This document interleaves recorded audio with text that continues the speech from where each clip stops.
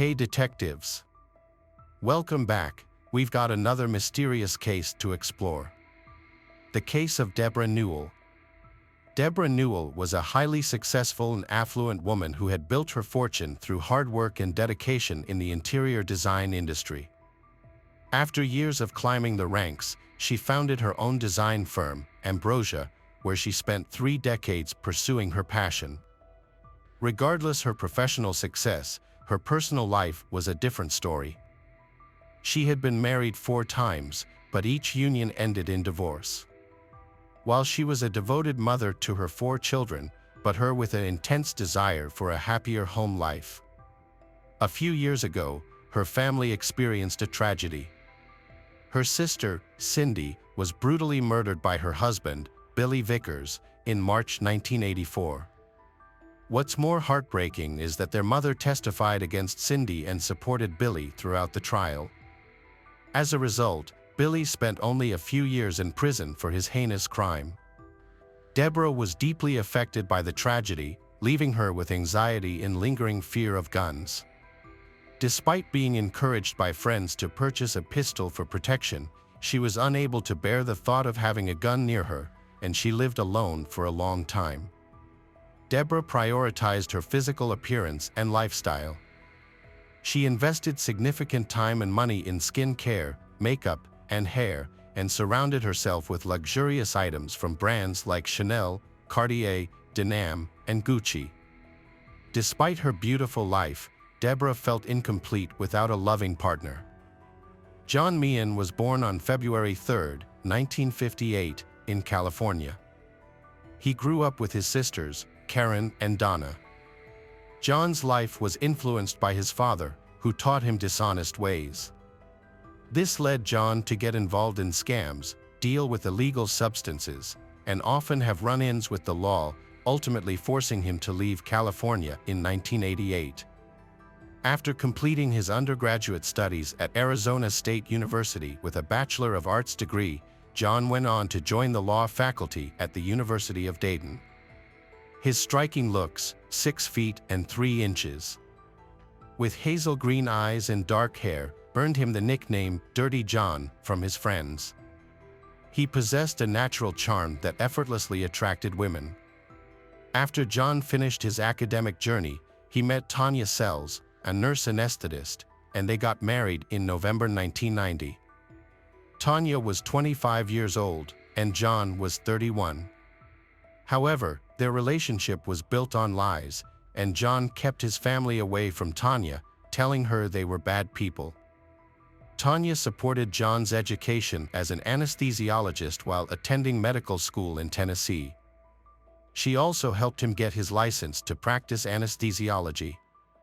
The couple had 2 children, but their marriage began to fall apart over time. Tanya eventually discovered the truth about John's past from his mother and sisters. She also found out that John had been stealing pills from his patients and was addicted to them, which explained his cause of his short temper. Tanya immediately reported John to the police. After an investigation, John admitted his wrongdoing, but instead of surrendering, he left the state and went into hiding at a hotel in Michigan. However, the police found John easily and discovered him unconscious in his hotel room, surrounded by empty pill containers. An ambulance was called, but on the way to the hospital, John woke up, grabbed a medication, and jumped out of the ambulance. He was caught again and eventually sentenced to 6 years in prison in Michigan for resisting arrest and possessing illegal drugs. John spent just 17 months in prison. Then, his sentence was reduced and he was released in 2004. During this time, he met Debra through online dating. John, then 55, and Debra, then 59, had both decided to give online dating a try. Debra was immediately drawn to John's profile, which pretended he was a divorced doctor and a Christian looking for love. Despite having a string of unsuccessful dates, Debra was delighted to meet John in person. He showed genuine interest in her life and accomplishments, which made her feel appreciated. This was a refreshing change for Debra. who had been disappointed by her previous dating experiences. John and Debra's first date took place at a restaurant in Irvine, California, in October 2014. John's aim was to make a great impression on Debra, which he achieved by sharing false stories about his past. He told her that he had worked with Doctors Without Borders in Iraq, had 2 children, and owned multiple properties. Debra was captivated by the image of a selfless doctor who had dedicated his life to helping others. John treated Debra with kindness and respect, making her feel like a queen. This was exactly what Debra had been longing for, genuine affection. John's charming words left Debra smitten, and she invited him to her penthouse after dinner. However, John crossed the line this time. After a few kisses, he tried to get intimate with Debra, but she didn't feel comfortable, so she asked him to leave. The next morning, John apologized profusely, attributing his behavior to too much alcohol and an inability to control his emotions. This admission won back Debra's trust, and their relationship continued to blossom. As their love progresses, Debra and John spent more time together. On their third date, he expressed his love for Debra and proposed to her. She was thrilled with their connection and chose to overlook some red flags. One notable instance was when John wore worn and somewhat unclean medical scrubs to a charity event hosted by Debra, claiming he hadn't had time to change. Despite this, Debra proudly introduced him to her friends as her doctor, and they took photos together. Their connection deepened, and they eventually decided to move in together. Debra's daughter Jacine lived with her in the penthouse. Jacine was unhappy with the men her mother was dating, and in particular, she had concerns about John. Jacine found it unusual that her mother, who had impeccable taste and favored designer brands like Gucci, was in a relationship with someone who wore dirty, unkempt clothing. Jacine noticed him showing curiosity about the artwork in her mother's apartment, almost as if he was determining its value. After only meeting for 5 weeks, John convinced Debra that they should live separately, and they rented a house on Balboa Island's waterfront for $6,500 per month. Debra paid $80,000 upfront to cover several months of rent. However, John opted not to put his name on the lease, citing tax complications as the reason. Debra was deeply smitten with John and took care of all the expenses, covering everything herself. Unbeknownst to her children, she couldn't understand why they didn't approve of he. John shows Debra concern for her by making her coffee every morning, helping her with shopping, and generally making her life simpler. Debra believed that she had finally found her ideal partner and was hopeful that her children would accept him. She envisioned a future where they all came together as a harmonious family. Then, Debra intended to introduce John to her younger daughter, Tara, who was known for being more laid-back and easygoing compared to Jacine. Tara visited her mother, Debra, and John on the day they moved into their new home. Upon meeting he for the first time, Tara felt uneasy due to his unfriendly behavior and lack of enthusiasm for the move. Despite Tara's initial doubts, she decided to give him a chance. However, her worries about John increased due to some suspicious signs. For example, John claimed to own homes in Newport Beach and Palm Springs, but he never discussed them going there to visit or moving there. He also didn't own a car. What's more, he spent most of his days at home, often playing video games. Just before Thanksgiving, Tara decided to secretly go through John's belongings and stumbled upon a nurse's certificate with his name on it. Realizing that John is not the doctor he said he was, Tara confronted him about this. This led to a huge outburst from John, who became angry and began yelling at Tara for trying to ruin her mother's happiness. He insists that Tara will fail to separate them. Debra just stood there, listening, and eventually, a big argument broke out and ended with Tara leaving the house. John took advantage of the situation to manipulate Debra into believing that her children were only interested in her wealth and were waiting for her to pass away, thus they not wanting her to be happy. On the eve of Thanksgiving, Debra's extremely religious mother, Arlene, visited. However, John's attempt to present himself as a religious man in front of Arlene backfires and leads to more arguments. Following this incident, Debra sought the advice of a psychotherapist. They have advised her to set boundaries with her children and strive for a peaceful life, advice that she chose to follow. Debra and John moved to Balboa Island, where they enjoyed dining at local restaurants and taking leisurely strolls while admiring the beautiful scenery. Although Debra was incredibly happy, but she was still worried about John's choice of outfit. His wardrobe consisted mainly of old medical scrubs, loose-fitting and frayed pants, and worn-out shirts. Debra, on the other hand, wanted he to dress fashionably and complement her lifestyle. He attributed his lack of finer clothes to having them stolen during his time in Iraq. To address this issue, she took John shopping and bought him a complete set of high-end designer outfits. In early December, John went with Debra on a work-related trip to Las Vegas, where they made the sudden decision to get married after knowing each other for less than 2 months. Debra chose not to tell her children about this development. Around that time, a mysterious woman managed to get into John and Debra's home. He used this incident to convince Debra that they needed better security. He then set up several surveillance cameras around the house that he could control with his smartphone. He even put cameras in Debra's office, where he could keep an eye on her activities. John's goal was to have complete control over Debra. As time went on, Debra started asking John about his family and life before they met.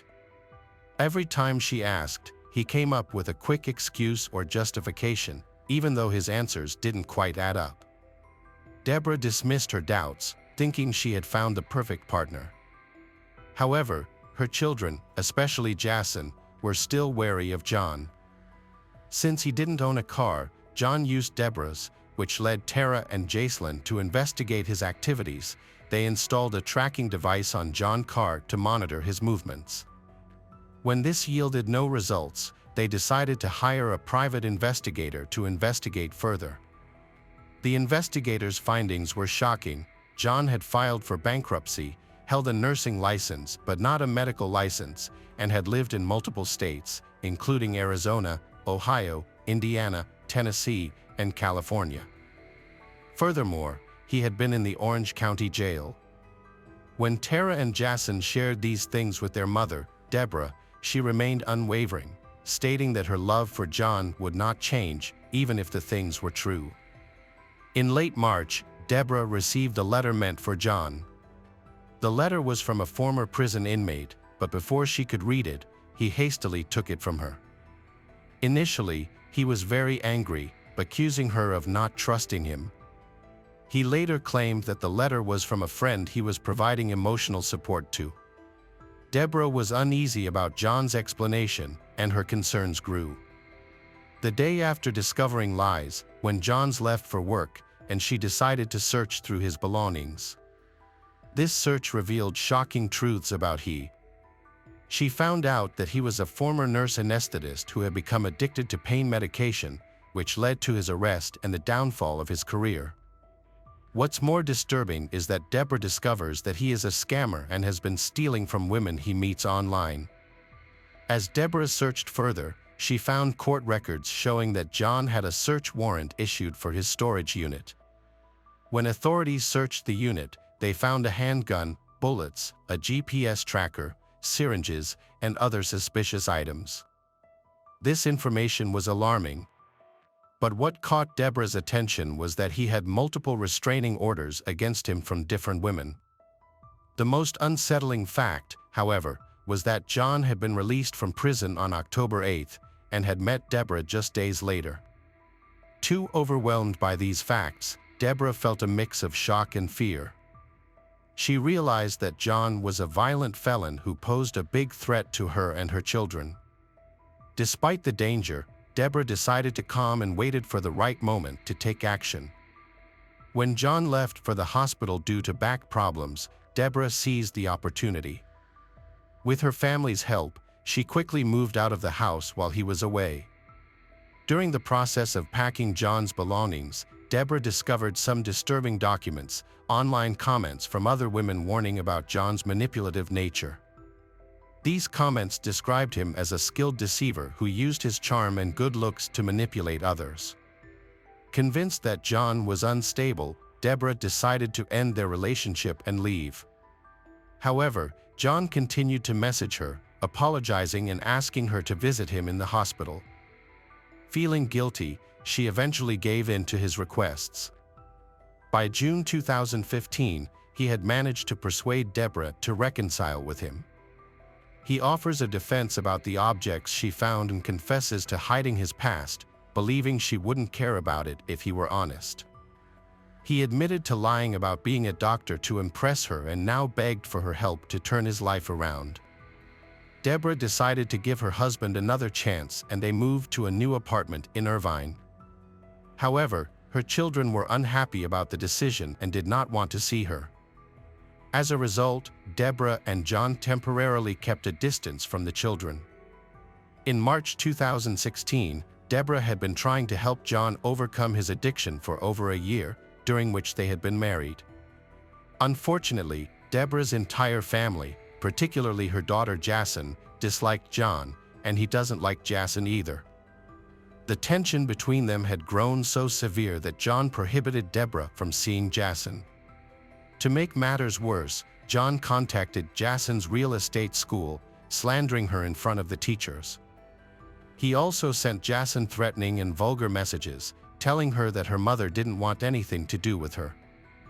Although he appears to be recovering from rehab, the more cruel and aggressive he became. By April 2016, Debra finally reached the limit of her tolerance. She wanted to end her relationship peacefully, so she started withdrawing money from her bank account to protect it. $30,000 was hidden in a lower drawer in her home. When John discovered the money, he claimed it belonged to him. And his behavior became increasingly aggressive as he had to accept the fact that their marriage would end in divorce. Realizing she needed to escape, Debra took some personal items and moved to her friend Jacqueline's apartment in Irvine, which had a secure complex with multiple surveillance cameras. She attempted to obtain a restraining order but was denied by an Orange County judge.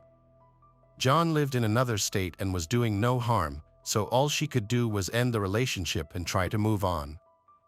After they separated, John moved to one of Debra's house in Nevada. Despite her ignoring his calls, he persisted in contacting her. On June 11, 2016, John made another move, aimed at getting Debra's attention. That day, Debra drove her Jaguar to work and parked it in the office parking lot. During her work hours, the car was stolen. It was later found about a block and a half away, drenched in gasoline. The car had not been set on fire, it sustained minor damage. Security footage clearly identified John as the perpetrator of the theft. On the evening of August 20, 2016, Tara returned home from work and parked her car in the lot. As she stepped out of the vehicle, she was suddenly confronted by John, who approached her with a knife. He attempted to drag her back into the car, but Tara resisted and screamed for help. In the ensuing struggle, John tried to cover her mouth. But she managed to bite him. Tara, wearing heavy boots, used her leverage to kick John and knock the knife out of his hand. Seizing the opportunity, she picked up the knife and stabbed John multiple times, inflicting a total of 13 wounds. Her final strike was particularly severe, as it pierced his eye. A neighbor witnessed the struggle and rushed to Tara's aid, providing her with a towel to treat her injuries and calling the police. Despite his severe injuries, John was still alive when the paramedics arrived. A search of his car revealed evidence of his sinister intentions, including duct tape, cable ties, kitchen knives, and a passport, suggesting that he had planned to abduct Tara and escape the city with her as a hostage. John was hospitalized for 4 days to receive critical care, but unfortunately, his injuries were fatal, and he passed away at the age of 57. After his death, his body was cremated, and a memorial service was not held. Debra and her children were severely affected by this. It took a while for Debra to readjust to her normal life, but the memory still haunts her. She struggles with feelings of guilt for introducing a criminal into her family's life. As a result, Debra has become extremely vigilant about her safety, carrying a stun gun and pepper spray with her at all times. She has vowed never to meet anyone online again. Hello friends, welcome to our channel. Today we're going to take a look at another horrible case with you. The case of Nicole Lenway. Nicole Lenway, also known as Nikki Len Ford, was born on July 11, 1989, in a small town in Minnesota. There is little information available about her parents and early life. According to some reports, her father left the family when she was young, and her mother raised her alone, providing her with a good education. Nikki was an exceptional student and athlete, excelling in track and field and martial arts. She decided to dedicate her life to fighting crime and served in law enforcement. After graduating with honors from the police academy, she moved to Minneapolis and joined the criminal investigation department as an assistant investigator. Colleagues described Nikki as a determined, goal-oriented woman and a fearless officer, ready to take risks. However, in her personal life, she became a pawn in the hands of a sophisticated manipulator. In 2012, at a martial arts competition, 23-year-old Nicole met Timothy "Tim" Ama, a coach and martial arts master who was 8 years her senior. Timothy, a gentleman man, won Nikki's heart with his charming nature and kind gestures. He demonstrated his reliability and care, making Nikki fall deeply in love with him. They started a romantic relationship and moved in together. Initially, everything was wonderful, and Nikki felt happy and loved.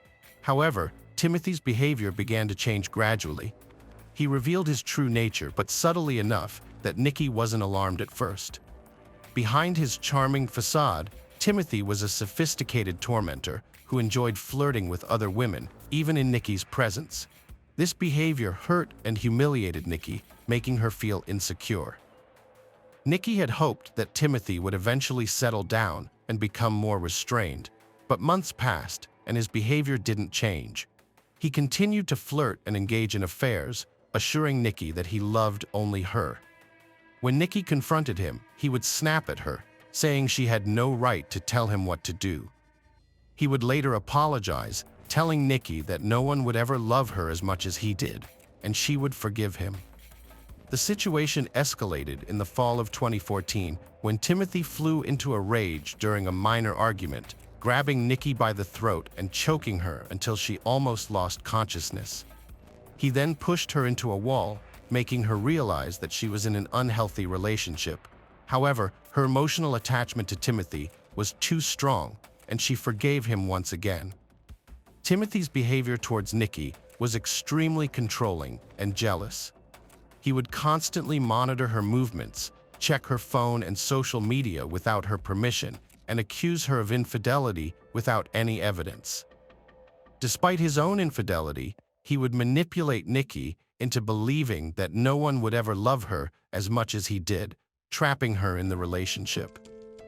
In November 2015, after a violent argument, Nikki gathered her belongings and left the house. Timothy, who didn't believe she would actually leave, chased her down, grabbed her by the hair, and dragged her back inside. However, Nikki's screams and struggles attracted the attention of their neighbors, forcing Timothy to back down. Finally, free from the abusive relationship, Nikki felt a sense of relief. But Timothy didn't give up. He shifted his tactics from threats and blackmail to romantic gestures, sending flowers and messages filled with tenderness, pleading for another chance. For a month, Nikki stood firm, refusing to return to him. However, her plans were disrupted when she discovered she was pregnant in December 2015. Nikki knew that if Timothy found out, he would use it to manipulate her into getting back together. She tried to keep her pregnancy a secret, but their mutual friends and acquaintances soon informed Timothy, who urged her to return to him, arguing that their child should grow up in a complete family. Nikki, who who grew up without a father, understood the challenges of single parenthood, but she also recognized that being with a manipulative and cruel person like Timothy would be detrimental to her and the child.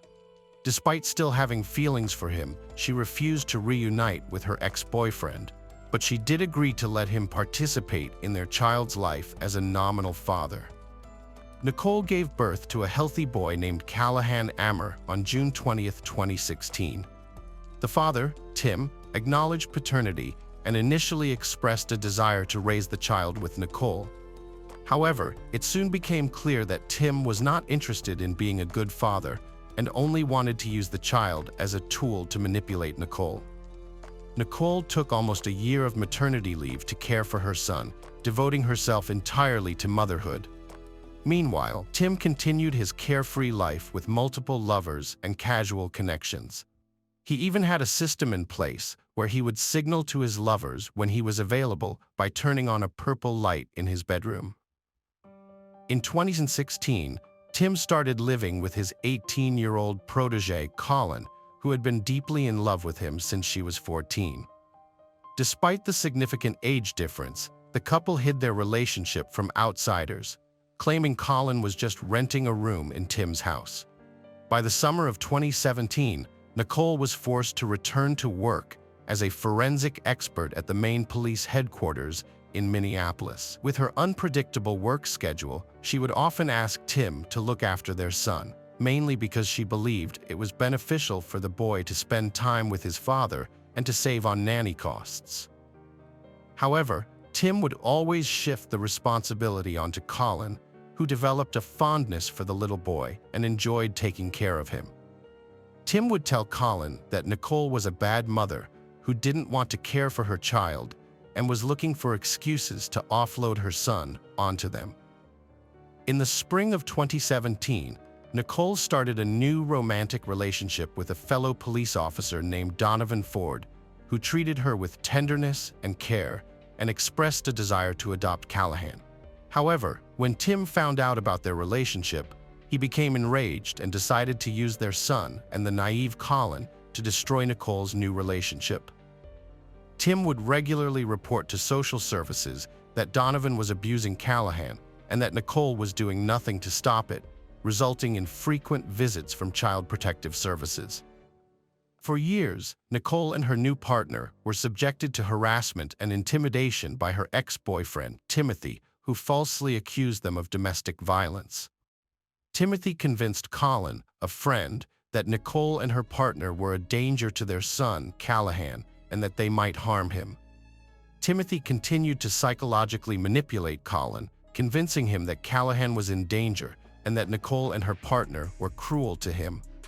Meanwhile, Timothy harassed and threatened Nicole and her partner, even filing false police reports against them. Donovan tried to have a calm and rational conversation with Timothy, but it didn't work. Timothy continued to terrorize Nicole and her partner, making their lives a living hell. He eventually took the matter to court, claiming he wanted sole custody of their son. Nicole was terrified, knowing Timothy's ability to lie and manipulate. She understood that he didn't actually care about their son's well-being. He just wanted to punish her for moving on with her life.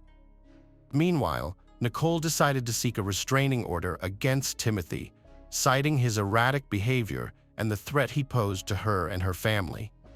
She was confident that she would gain custody of their son, but she knew the legal battles could drag on for years. During this time, Timothy continued to concoct fabricated stories, including a false accusation that Nicole had tried to run him over with her car. However, he couldn't provide any evidence to support his claim. In September 2022, the custody case went to court, with Timothy accusing Nicole of harming their son. However, the court saw through his lies and awarded sole custody to Nicole. Despite this, Timothy persisted and appealed the decision. He was eventually allowed to see his son at a specialized family center designed to minimize conflict between parents. However, on April 19, 2022, when Nicole arrived at the family center to pick up her son, a mysterious attacker dressed in black clothing and a mask approached her, shot her 4 times at close range, and quickly disappeared. Incredibly, Nicole remained conscious and managed to call emergency services despite being severely injured. A woman happened to be driving by when she heard shots fired and saw a black figure jump into a vehicle and speed away. She immediately pulled over to ensure the shooter was gone, then rushed to help the victim, Nicole.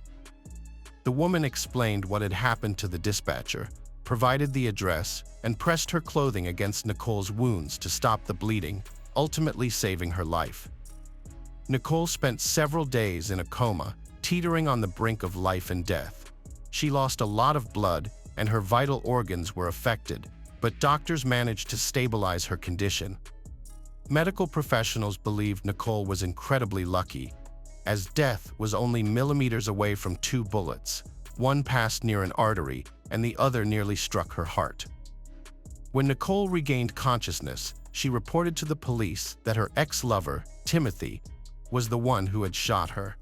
The police interrogated Timothy, who had a solid alibi since he was at the family center with his son at the time of the attack, as confirmed by staff and internal surveillance footage. The investigation also explored the possibility that someone among the criminals Nicole had previously arrested might have organized the attack. 4 casings were found at the scene, and a camera at the nearest intersection captured a suspicious black Dodge Ram pickup running a red light without license plates. An eyewitness reported seeing the same vehicle, which led the police to check what vehicles Timothy owned. During another interrogation, Timothy mentioned owning a Chevrolet Traverse SUV and a Dodge Challenger, but not a pickup. However, the investigation revealed that Timothy was lying, and a black Dodge Ram, identical to the one used by the shooter, was registered in his name. When shown the surveillance footage, Timothy admitted to owning the pickup, but claimed he rarely used it. The vehicle was equipped with colorful stickers, which were verified, but appeared to have been applied recently. While all the evidence was circumstantial, the police needed to find the weapon and the actual shooter to fully resolve the case. It was discovered that Timothy's vehicle had a satellite navigation system, allowing the tracing of the vehicle's entire route. The system revealed that the car was brought to the back entrance of a Tando school on the evening of April 18th, where it remained all night and almost the entire next day. Road cameras traced the vehicle's route, showing it arrived with license plates. The evening after the incident, the car used in the crime was found, but without the perpetrators. The person who drove the car that day was short and slender, with a feminine silhouette from a distance. As a result, the police decided to detain and question Amma's live-in girlfriend, Colin Larson. A search of their home was also conducted, and although the weapon used in the crime was not found, the police discovered ammunition of the same caliber. Colin, who was frightened, soon began to give confessional testimony, confirming that Timothy was the mastermind behind the crime. However, Colin believed that Timothy had acted with good intentions, thinking they were trying to save little Callahan from a cruel mother. Timothy had spent years manipulating Colin, convincing her that the boy was being mistreated and subjected to violence, and she unquestioningly believed every word. She felt sorry for the child and believed that Timothy wanted to protect him. The trial of the conspirators began in November of the same year. Colin confessed that Timothy had provided her with the firearm and had taken it back after the assassination attempt, but she didn't know what he did with it. The prosecution was largely built on circumstantial evidence, but Colin's confession was the decisive factor. The court also considered the testimony of the victim, Nicole, about Timothy's manipulative nature and his ability to deceive the women who loved him. Timothy Amma was found guilty of organizing a first-degree attempted murder, as well as incitement and aiding and abetting, and was sentenced to 18 years in prison. Colin Larson received 16 years in prison as the executive. A year after the assassination attempt, Nicole fully recovered physically and emotionally. She and Donovan officially legalized their relationship, and he became a loving father to Callahan. The now married Ford couple is expecting their first child together, and the woman who saved Nicole's life will be the child's godmother. It should be added that Timothy will be eligible for parole in 2035, but he will be prohibited from coming within 100 meters of his son, former lover, and her family members, and from attempting any form of contact with them. Hello friends, welcome to our channel. Today we're going to take a look at another horrible case with you, the case of Michelle Whitaker. Michelle Whitaker was born on August 16, 1969, to a family of 5 children. She was very close to her family, especially her mother, Laura Andrews. However, when Michelle was a teenager, her family moved from Illinois to Gastonia, North Carolina. This move marked the beginning of frequent conflicts between Michelle and her mother because Michelle felt was her mother too strict. After graduating from high school, Michelle got married, but the marriage was short-lived, lasting less than a year. Her husband's abusive behavior was the start of a long and difficult period in Michelle's life. Michelle's life began to unravel after her divorce. Her family moved to Spartanburg, South Carolina, and by the time she was 30, she was struggling with alcohol addiction and had been through 3 failed marriages. She was working part-time as a waitress and barely making ends meet. One evening in 1999, Michelle met a man named David after work, and he offered to drive her home. However, instead of taking her home, David took Michelle to a secluded location and assaulted her, forcing her to engage in intimate acts.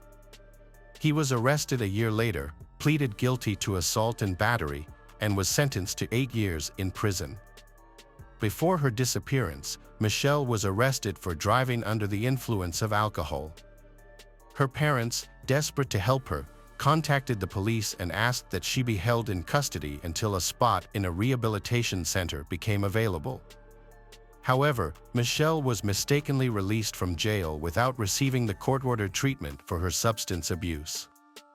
This incident caused a significant rift in her relationship with her parents, who had been trying to help her. On August 5, 2002, Michelle got into an argument with her mother and left the house in a bad mood.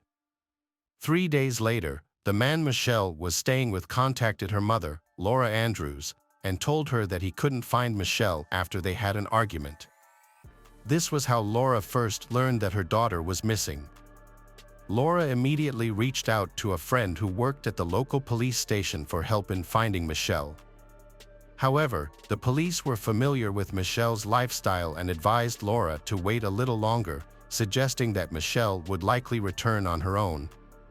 Despite this, Michelle failed to return home over the next 2 weeks.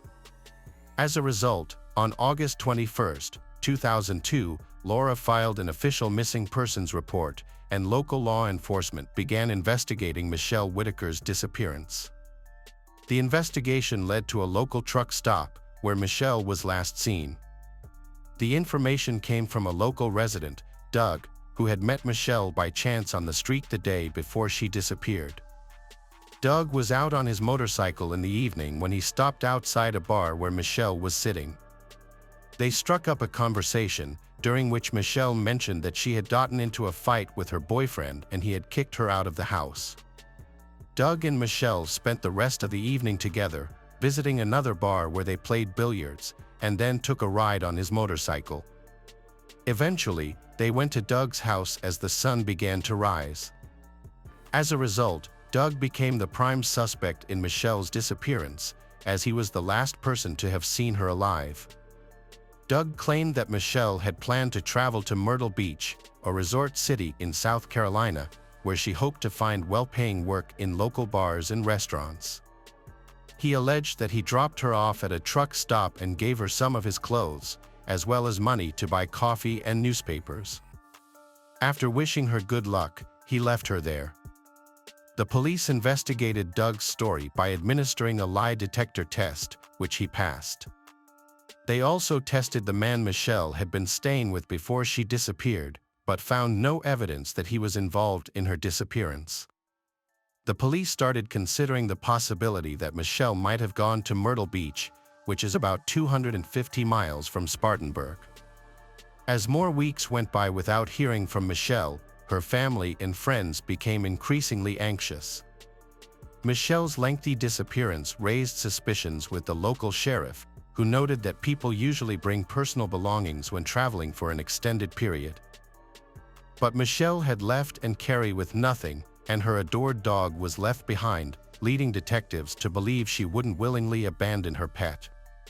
As her parents scoured the neighborhood for any sign of her, they received tips that Michelle had been spotted on a beach in North Carolina. They quickly drove there and spent 3 days actively searching, distributing flyers, and speaking with locals. Unfortunately, their efforts yielded nothing. After 6 months of fruitless searching, Laura Andrews couldn't shake the feeling of guilt for her daughter. Laura cannot forgive herself for the hurtful words she said to Michelle after the attack. She unfairly blamed Michelle for choosing a path that put her in danger. The sheriff's office initially believed Michelle had motives to escape due to her reputation, and detectives assumed she would eventually be caught. However, a year went by with no results from the search. What concerned the police was that Michelle left no digital trail, which raised suspicions that she might have been a victim of a crime. Perhaps someone, like a truck driver, had taken advantage of her vulnerability. Despite this theory, there was no evidence to support it. 2 years later, the police still haven't received any new clues. However, on the 3rd year's anniversary of Michelle's disappearance, police along with Laura Andrews revisited the truck stop where Michelle was last seen. Local TV stations republished the story, and just days after Michelle's case was reported, the Spartanburg County Sheriff's Office received a mysterious letter. A handwritten letter, signed anonymously, was sent to investigators claiming to know the location of Michelle Whitaker's body. The letter included a homemade map pinpointing the exact spot. As a result, the sheriff promptly investigated further by sending search dogs to a rural area located 25 miles from where Michelle was last spotted. Unfortunately, the search dogs were unable to detect any scent, and the search was eventually called off. While some had resigned themselves to the possibility that Michelle was no longer alive, others continued to hold out hope that she was still safe. The investigators were also left with unanswered questions, as a handwriting analysis and DNA sample from the envelope suggested that the letter was written by a woman, but did not identify the author.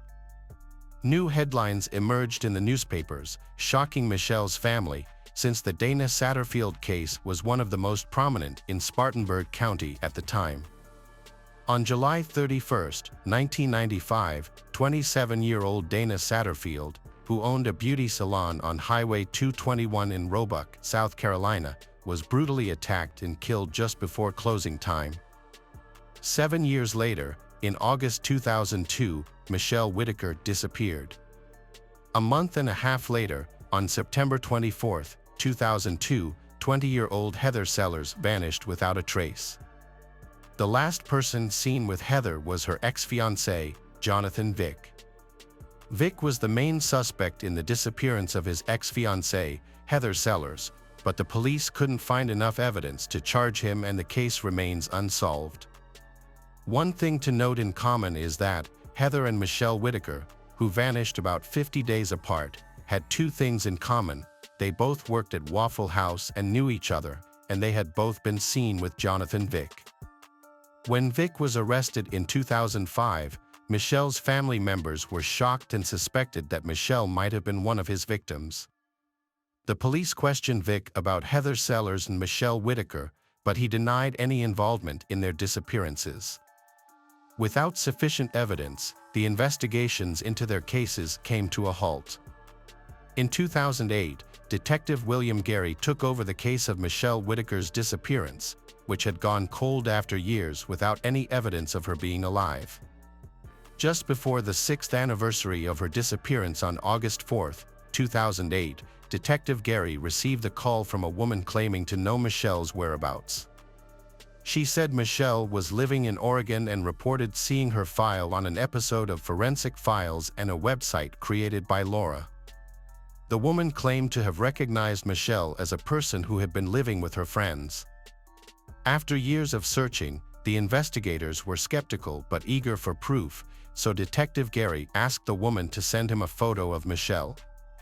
Detective Wood, who had previously handled the case, immediately recognized Michelle in the picture when Gary showed it to him. An Oregon State police officer was quickly sent to her location to confirm her identity. The police officer arrived on August 5, 2008, exactly 6 years after Michelle had argued with her mother and left home. The police then contacted Michelle's mother, Laura Andrews, with the news that her daughter had been found alive. Laura was shocked and confused by the sudden revelation. Although the news was deserved for celebration, the police couldn't simply arrange a family reunion. They had to respect Michelle's privacy and couldn't reveal her location to her parents. Instead, the detectives tried to persuade Michelle to contact her family herself. The next evening, Michelle finally called her mother. 2 weeks later, Michelle and her family were reunited at the Atlanta airport, marking the first time they had seen each other in a very long time. Michelle was exhausted with her old life after a fight with her mom, so she decided to leave and start anew, believing her family would be better off without her. Initially, she planned to go to Myrtle Beach to find work, but a series of hitched rides took her to Las Vegas, then California, and finally Oregon. 6 years later, Michelle reached out to her family and the police to apologize for the worry and resources they had expended searching for her, having lived under her real name and assuming no one was looking for her.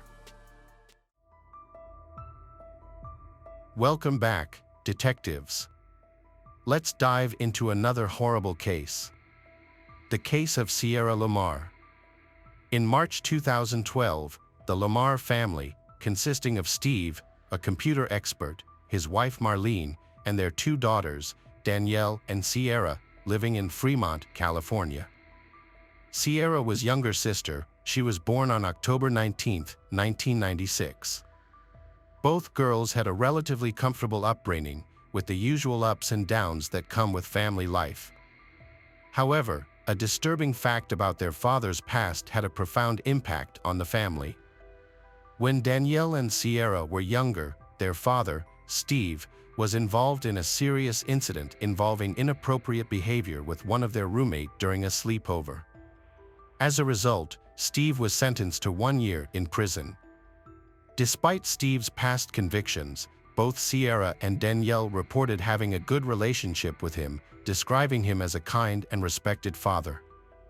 However, when Marlene learned about the incident, they decided to end their relationship, which was already struggling.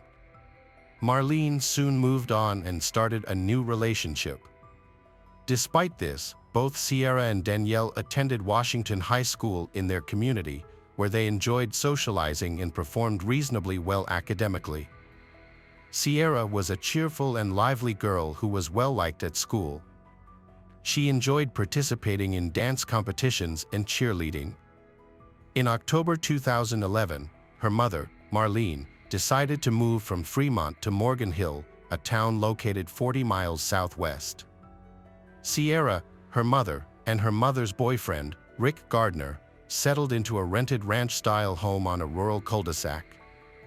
However, Sierra was initially unhappy about leaving behind her close friends and hobbies in Fremont. She struggled to adjust to her new school, Sobrato High, where she didn't receive the same warm welcome she had at Washington High. Despite this, Sierra eventually settled in and made new friends, earning the respect and even joining the cheerleading squad again. By March 2012, Sierra had adapted well to her new environment. On March 11th, she had a conversation with her father and her sister, who still lived in Fremont, and updated them on her progress. The conversation was mostly positive, with Sierra expressing excitement about an upcoming school project, wanting to get her hair colored, and discussing her homework with her sister. Her academic performance seemed to be going well. Sierra ended her Thursday evening chat with Danielle and Steve after dinner, as she had school the next day and it was getting late.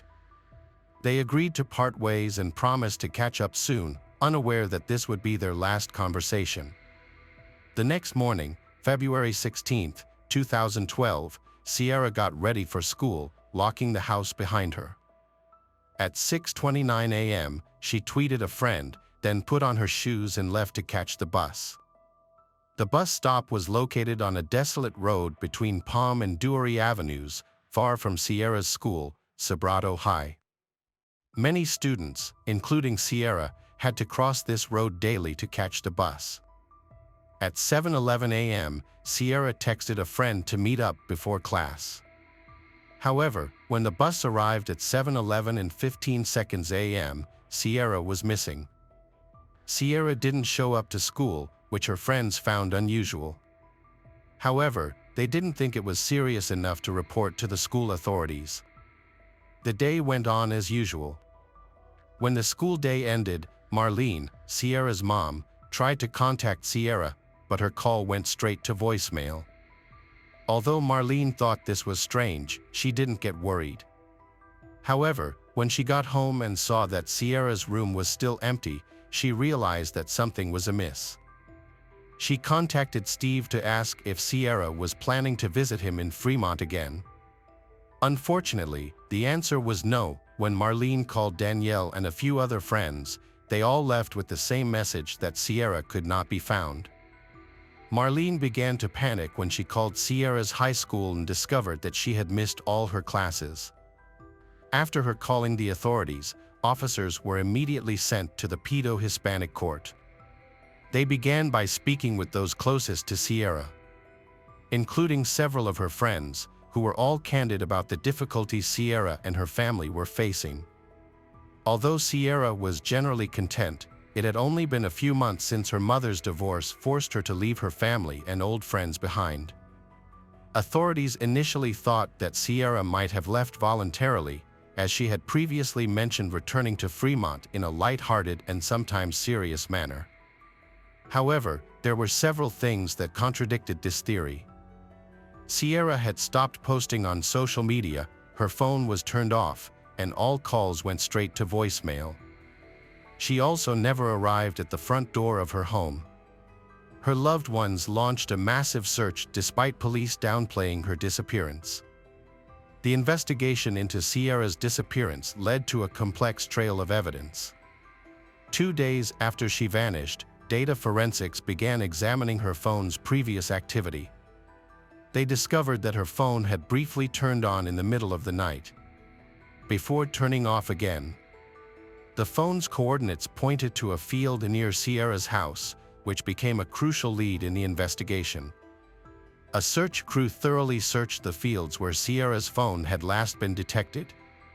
Within minutes, they found the Samsung Galaxy phone she had been using. It was near the road, damaged, and had likely been thrown from a vehicle. Investigators concluded that Sierra hadn't turned on her phone that evening. Instead, they believed that rain had caused a false signal, briefly activating her phone. This coincidence was crucial, as the entire investigation hinged on the discovery of her phone. The case took a disturbing turn when detectives realized that Sierra's phone was probably thrown from a moving vehicle. There were no footprints, tire tracks, or other visible evidence. The next day, a search crew made another discovery. Sierra's backpack was found 2 kilometers from her house, discarded outside a barn. The bag contained her schoolwork, inhaler, and money, suggesting that she had been on her way to school and was forcibly separated from her essential items. Additionally, a complete outfit, believed to be the one Sierra was wearing the morning she vanished, was found in her luggage. This outfit included her pullover, pants, socks, shoes, and even undergarments. The outfit was subjected to DNA testing, which yielded results. Specifically, her pants contained male foreign DNA, suggesting that she had likely been assaulted. The discovery of Sierra's phone and clothing led to a surge of local and international sympathy. The search effort, which had already intensified significantly in the days following her disappearance, received a fresh wave of support. Authorities received over 1,000 new tips, and officers worked more than 7,000 hours.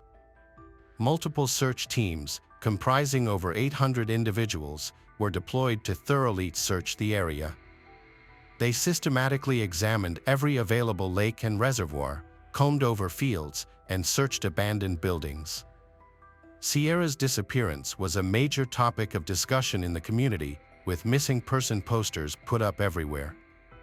Her parents offered a $10,000 reward for any credible information leading to her safe return. Despite the efforts of the community and investigators, only a golf ball and a flipper were found. However, unbeknownst to the public, investigators were making progress in identifying a potential suspect. 12 days after Sierra's disappearance, on March 28, DNA analysis revealed that the DNA on her pants belonged to a local man. As part of the investigation, DNA samples from all 57 registered sex offenders in the Morgan Hill zip code were compared to the DNA evidence. Sierra's father, who had a criminal record, proactively contacted law enforcement and was quickly eliminated as a suspect. One of the local men who had not been ruled out as a suspect was Antolin Garcia Torres. Following a DNA match between the 21-year-old man and Sierra's pants, he came to public attention. At the time, he lived in Maple Leaf Recreational Vehicle Park with his mother, pregnant wife, and daughter, about 7 miles from Sierra's house. Antolin Garcia Torres had a troubling past, had a challenging upbringing marked by abuse and neglect. His father, who was abusive and often drunk, had threatened to kill him and his mother before being imprisoned for molesting a young family member. The father's abusive behavior appears to have been passed on to his son. Although 2009 allegations of having sex with a minor were dismissed, Antolin Garcia Torres's DNA was collected. He was also detained in 2010 for impeding police operations. Due to the suspicious relationship between he and Sierra, detectives put him under constant surveillance. As it was unclear whether Sierra was still alive, Antolin Garcia Torres was the most likely person to have information. To monitor his activities, police tapped his phone, placed a GPS tracker in his car, and had 2 undercover investigators move into a vehicle park next to his house. After discovering that the vehicle park had cameras at the front door, investigators began reviewing security footage from the neighborhood around Antolin Garcia Torres's residence. They examined a film taken on the day of Sierra's disappearance to determine whether Antolin had left or arrived home. It was discovered that Antolin had left the campground in his red Volkswagen Jetta at 7 a.m. on the morning she vanished. Given that his home was only 7 miles from Sierra, Antolin's travel time matched the period during which Sierra could have been kidnapped. Although Antolin had left for work at the usual time, Safeway's shift records showed that he did not arrive at work on Sierra went missing. It was found that 3 years prior, there were 3 unsuccessful kidnapping attempts in the Safeway parking lot. But none of the perpetrators were identified or detained. The only evidence from these attempts was a taser dropped by the perpetrator, which had a fingerprint on one of its batteries. However, it was only a partial fingerprint, requiring a direct 1-to-1 comparison to match. The idea seemed promising, but when Antolin's fingerprints were compared to those on the taser, a surprising revelation emerged. In reality, their suspect was indeed Antolin. Antolin was taken into custody by investigators after being positively identified as someone who was present when Sierra went missing. His DNA was found on her pants, and he had a history of involvement in kidnappings. This evidence was enough to detain him for questioning and to seize his vehicle for further DNA testing. During the interview, the suspect, Antolin, showed arrogance and was dismissive of the questions. He claimed that on the day Sierra vanished, he had gone fishing and didn't know who she was. He was confident that the investigators wouldn't find any evidence against him. However, before the interview ended, Antolin made a strange revelation. He admitted to having a habit of strangling a snake while driving and then throwing the tissue out the window. He also claimed to have thrown out a used tissue in the exact spot where Sierra's bag was found on the morning she went missing. We already had a 1 in a million chance with the rain on Sierra's phone, and the police didn't believe Antoline's implausible explanation either. On May 21, 2012, Antoline Garcia Torres was formally detained in connection with Sierra Lamar's disappearance outside his workplace in a Safeway parking lot. This was the result of several distinct links between Sierra and Antoline's vehicle. A DNA test found her DNA on the interior door handle of the car's rear door. Additionally, fibers from the car seats matched those found on Sierra's clothing, and a piece of rope inside the car contained a strand of her hair. This proved beyond a doubt that she had been in his car at some point. However, even after his arrest, there was a significant issue. Despite the apparent evidence, Sierra's body had yet to be found. Could they accuse Antoline of first-degree murder without a body or verified death? In reality, Santa Clara County District Attorney Jeff Rosen announced on May 19, 2014, that he would seek the death penalty against Antoline. Although Antoline had previously pleaded not guilty to killing Sierra, the overwhelming evidence pointed to his guilt. Antoline's trial began on January 30, 2017, after being delayed. The trial was prolonged and stressful for all parties involved, with the prosecution and defense presenting lengthy arguments over 13 weeks of testimony. Antoline's defense team argued that his exposure to pesticides from surrounding fields during his childhood may have impaired his cognitive abilities. They claimed that this exposure was not his fault and, as a result, he should not be eligible for the death penalty. The defense argued that Antoline faced a unique disadvantage due to circumstances beyond his control. In a final attempt, Antoline's defense team requested a new trial, questioning the chief investigator's reliability and honesty, and alleging that he had tampered with evidence in the past. However, this attempt was denied. The jury convicted Antoline Garcia Torres of Sierra Lamar's first-degree murder on May 9, 2017. The evidence was so overwhelming against Antoline that he was unable to escape responsibility for his acts, even though Sierra's body has never been located. Outside of the evidence offered, Antoline was formally given a life sentence without the chance of parole after being spared the death penalty. Since his sentencing, Antoline has stayed largely silent, and despite receiving hundreds of letters from news organizations and total strangers, only one letter has been answered. Antoline wrote, "I hold fast to my innocence, and I'm not going to talk about the matter." It's puzzling why Annalyn continues to claim innocence despite the overwhelming evidence against him. The presence of his DNA on Sierra's belongings, her DNA in his car, his past crimes, and a detailed timeline all clearly indicate his involvement in Sierra's disappearance.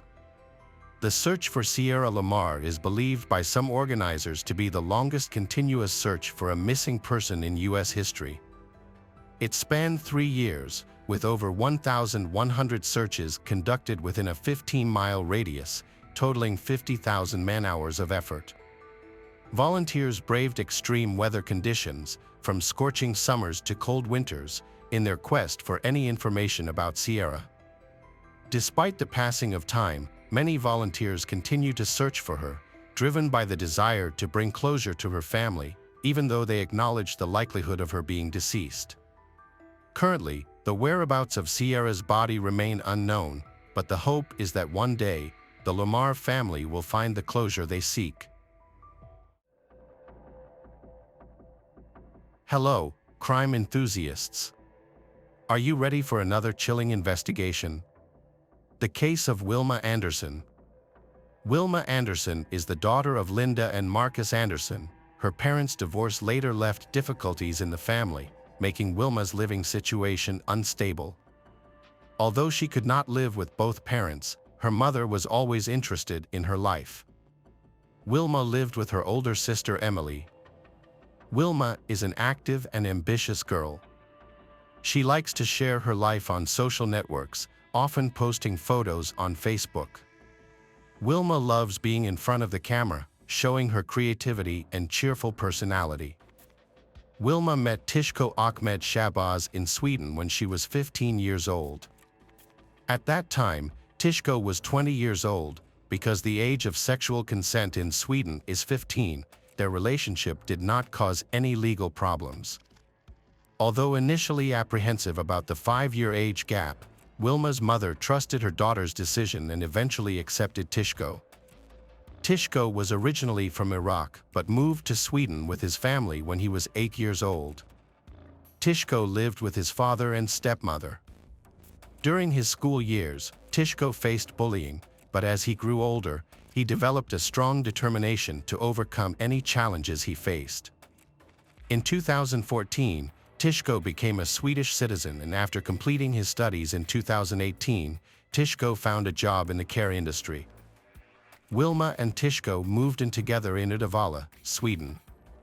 Over time, Tishko became increasingly controlling, and Wilma's mother noticed a change in her daughter's behavior during the 2 years Wilma lived with Tishko. Wilma often confided in her sister Emily about her difficult relationship with Tishko. On November 14, 2019, Wilma told Emily over the phone that she was ending her relationship with Tishko. She was exhausted by Tishko's control over every aspect of her life, including what she wore, where she went, who she talked to, and how she applied her makeup. Feeling suffocated and desperate to end the relationship, she said she had to pack up and leave before Tishko got home from work. Emily tried to contact Wilma, but her calls went unanswered. The next day, November 15th, Wilma missed her dentist appointment. 2 days later, November 17th, Wilma's parents came to the apartment she shared with Tishko. After several knocks, Tishko opened the door, apparently intoxicated. Wilma's mother, Linda, asked Tishko about Wilma's whereabouts. He admitted that their relationship was over and that Wilma had left after taking her things. Tishko claimed that he did not know where Wilma was. Wilma's parents entered the apartment, hoping to find out more. Tishko recounted the argument that led to the breakup, with him and Wilma having a heated argument when he returned home from work around 5:30 p.m. Initially, her parents were not too concerned, as Tishko and Wilma's relationship was unstable. Emily, extremely concerned about Wilma's disappearance, created a Facebook post seeking information about Wilma. Normally, Wilma always contacted her family, so the lack of contact was very unusual. In the post, Emily described Wilma's appearance as 165 centimeters tall with black hair. After the posts were posted on social media, the police got involved. They interviewed Emily and other family members and began searching for anyone who may have come into contact with Wilma.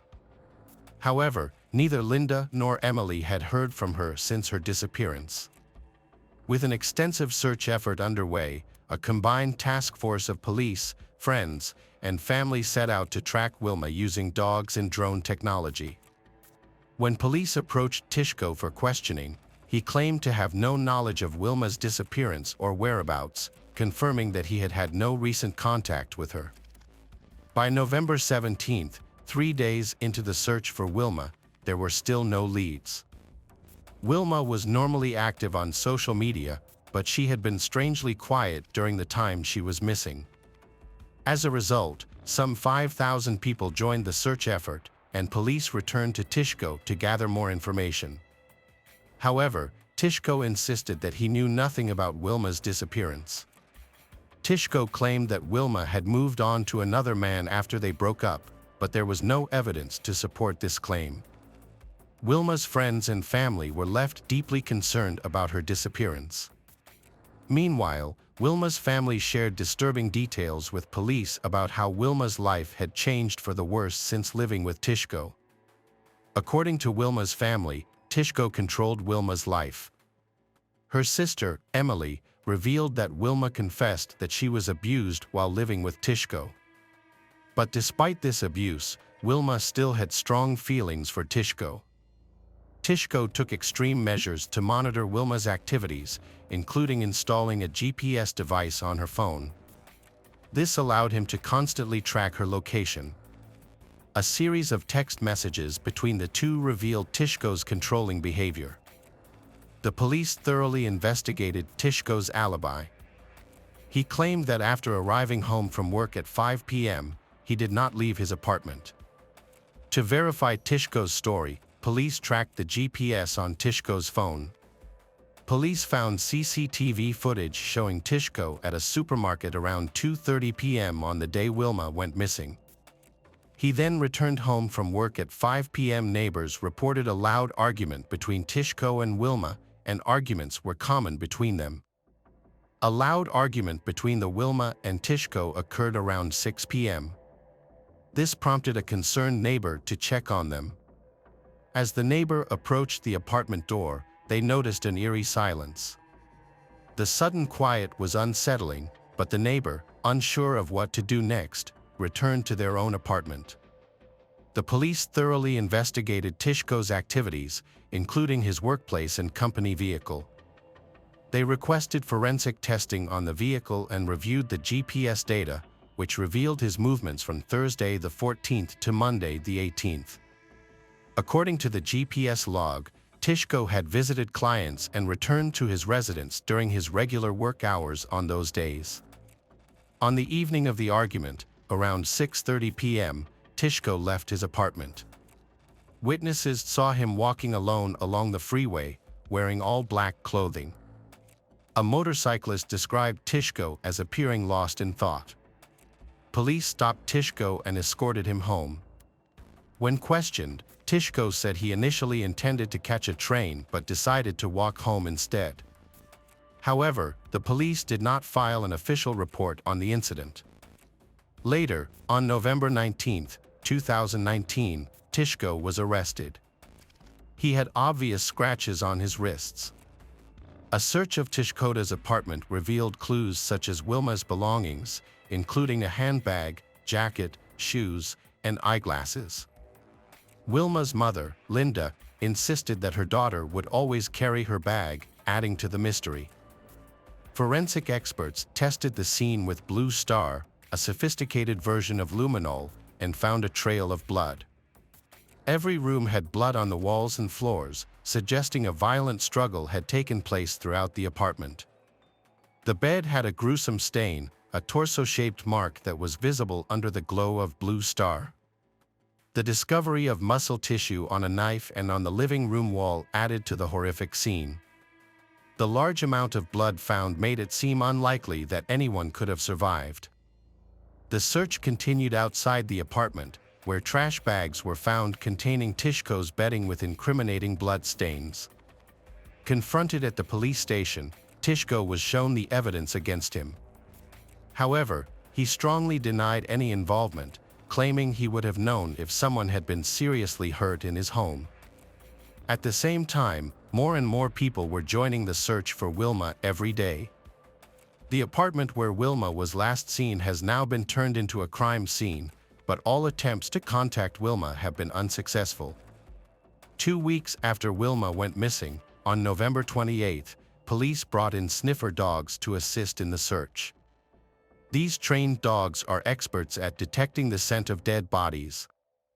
When they entered the bedroom, one of the dogs quickly indicated that it had found something, a sign that there was likely a dead person or human remains in the area.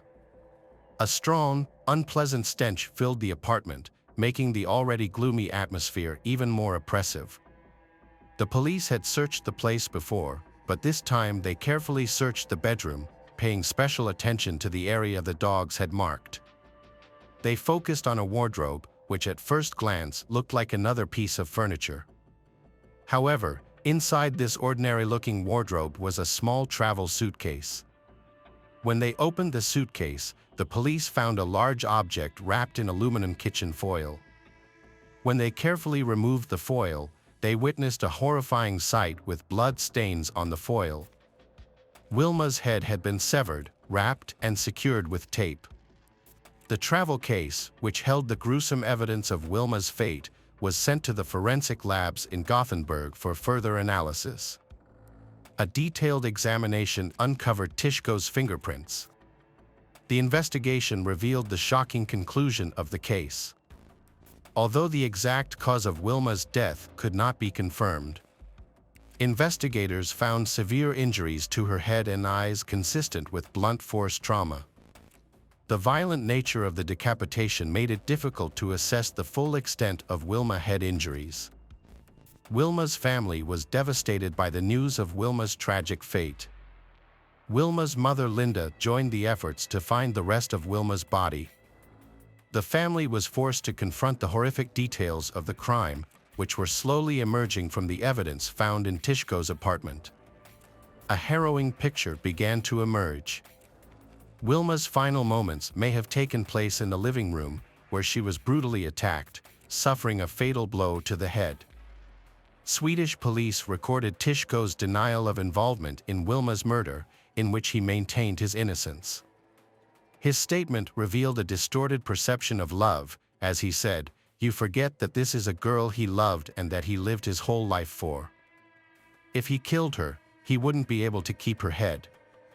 Despite this, law enforcement gathered enough evidence to charge Tishko, and his trial was scheduled for May 2020. Throughout the trial, Wilma's body remained missing. Tishko showed no signs of remorse or emotion. In court, his defense team tried to argue that he was not guilty by reason of insanity, pointing to his irrational beliefs and claims about Wilma as evidence. However, this defense was unsuccessful. On July 27, 2020, the court delivered its verdict. Tishko, 23, was found guilty of murdering 17-year-old Wilma Anderson and was initially sentenced to life in prison. However, the appeals court later reduced his sentence to 18 years. The sentence was reduced in part due to a lack of concrete evidence surrounding the circumstances of Wilma's death, including the fact that her body was never found. Wilma's funeral was finally held in late 2020, bringing closure to the tragic events, but undoubtedly causing immense grief for her family. Hello friends, welcome to our channel. Today we're going to take a look at another horrible case with you. The case of Athena Strand. Athena Strand was born on May 25, 2015, in Duncan, Oklahoma, a small American town. Following her parents' divorce, her father relocated to Texas, while Athena remained with her mother in Oklahoma. Despite the distance, her father maintained regular contact, visiting her frequently, and her mother also made sure Athena spent quality time with him, given their amicable relationship. Later, both her parents remarried, and Athena gained two younger sisters, with whom she shared a strong bond, always seeking to spend as much time with them as possible. Athena was a cheerful child, always exuding positivity, with a passion for outdoor play and exploration. In late 2022, at the age of 7, she temporarily relocated to live with her father in Texas until the New Year holidays, after which she would return to her mother in Oklahoma. During her time in Texas, Athena attended a local elementary school. Her father's rural home, surrounded by woods and fields, provided the perfect setting for her to bond with her dad and his new wife, Elizabeth, in the beauty of nature. On November 30th, Athena returned home from school around 4:15 p.m., just like any other day. With her father and grandfather out hunting, she was left alone with Elizabeth. But that evening, Athena's mood was off, leading to an argument with Elizabeth. Upset, Athena retreated to her room, while Elizabeth headed to the kitchen to prepare dinner. 20 minutes later, Elizabeth went to call Athena for dinner, but she was nowhere to be found. Elizabeth searched the entire house and yard, but there was no sign of the girl. She then called her husband's relatives who lived nearby, but they claimed they hadn't seen Athena. Elizabeth then called her husband, explaining the situation, and he immediately told her to contact the police and rushed home. At 6:40, Elizabeth dialed 911, and officers arrived within 14 minutes. She recounted the events and shared her theory that Athena might have run away due to their argument. However, the girl's relatives remained skeptical, given Athena's age of 7 and her history of never straying far from home, especially at night when she was afraid of the dark. Initially, the police viewed Elizabeth with skepticism, primarily due to the 40-minute delay in reporting her child missing after realizing she was gone. However, after listening to her detailed account of searching the entire house and contacting relatives, they concluded that she was likely telling the truth. The officers promptly launched a search of the surrounding area, undeterred by the darkness, and meticulously combed through the forests and fields within a several-kilometer radius of the house. They focused their search on the area around the house, thinking Athena might have wandered off and got lost in the darkness, based on their main theory. While they also looked into the possibility of her being abducted, they didn't find any evidence to support this, since there was no sign of forced entry. Elizabeth didn't report hearing any noises or screams, and the neighbors didn't see anything suspicious that evening. Athena's relatives and concerned townspeople assisted the police in their search efforts. As soon as Athena's mother heard about her daughter's disappearance, she rushed to the scene. The search continued until almost 5 a.m., but they failed to find any signs of Athena. The area around the house, especially during dark hours, was difficult to access, which complicated the search. At 7 a.m., the police resumed their search, this time with more officers. As news of Athena's disappearance spread throughout the county, hundreds of volunteers joined the effort. Some volunteers searched the area on horseback and ATVs, while the police used drones and helicopters equipped with thermal cameras. Despite their efforts, Athena remained missing by the end of the day. The police were increasingly concerned for her life, given the onset of winter and the 50 degrees Fahrenheit temperature in Texas, which would have been challenging for Athena, who was wearing light clothing. On the third day, the police broadened their search to a radius of miles around the house, suspecting a potential criminal element in Athena's disappearance. Despite initial doubts that she had wandered off, they grew more convinced that she hadn't left the house voluntarily. Over the next few days, they scoured the surrounding area in all directions, covering several miles, but found no trace of the girl, as it seemed unlikely she could have walked that far without encountering anyone. Investigators sought to identify those near Athena's house that evening, a challenge due to the secluded location. However, they soon got a break. A courier service had delivered a package that same evening. FedEx led them to the responsible organization and the specific van, which was equipped with cameras, providing key surveillance footage. After rewinding the footage to the time when the van arrived at the house, investigators uncovered disturbing evidence. The footage showed the driver, later identified as 31-year-old Tanner Horner, pulling a girl who looked like Athena into the vehicle. The police promptly apprehended Tanner at his address on suspicion of abduction and took him in for questioning. Tanner confessed to delivering a package to Athena's house that evening. He hit her with his van while backing up, but she was conscious and uninjured. Athena told him her name, and they conversed. Panicked, Tanner put her in his van, unsure what to do. When Athena said she'd tell her father, Tanner's anxiety grew, fearing legal consequences if she told adults about the accident. After that, Tanner's bizarre confession left the investigators perplexed. He claimed that, in his words, killing her seemed the only viable option. First, he attempted to break her neck, but it didn't work, so he resorted to strangling her. Then, he transported her body to a nearby river and discarded it in the water. The police were naturally skeptical of this account, but Tanner provided them with the exact location where he had left Athena's body. They immediately went to the site and indeed found her remains. The news of the young girl's brutal murder sent shockwaves throughout the country, leaving her relatives and thousands of others stunned. As the case garnered widespread media attention, the public was horrified by the sheer cruelty of the crime. After the body was found, Tanner was charged with abduction and murder. As detectives awaited the medical examiner's report, they delved deeper into the criminal's identity, seeking to understand his motives. Tanner's version of events seemed utterly far-fetched. He claimed to have lightly struck the girl with his van, causing no serious harm.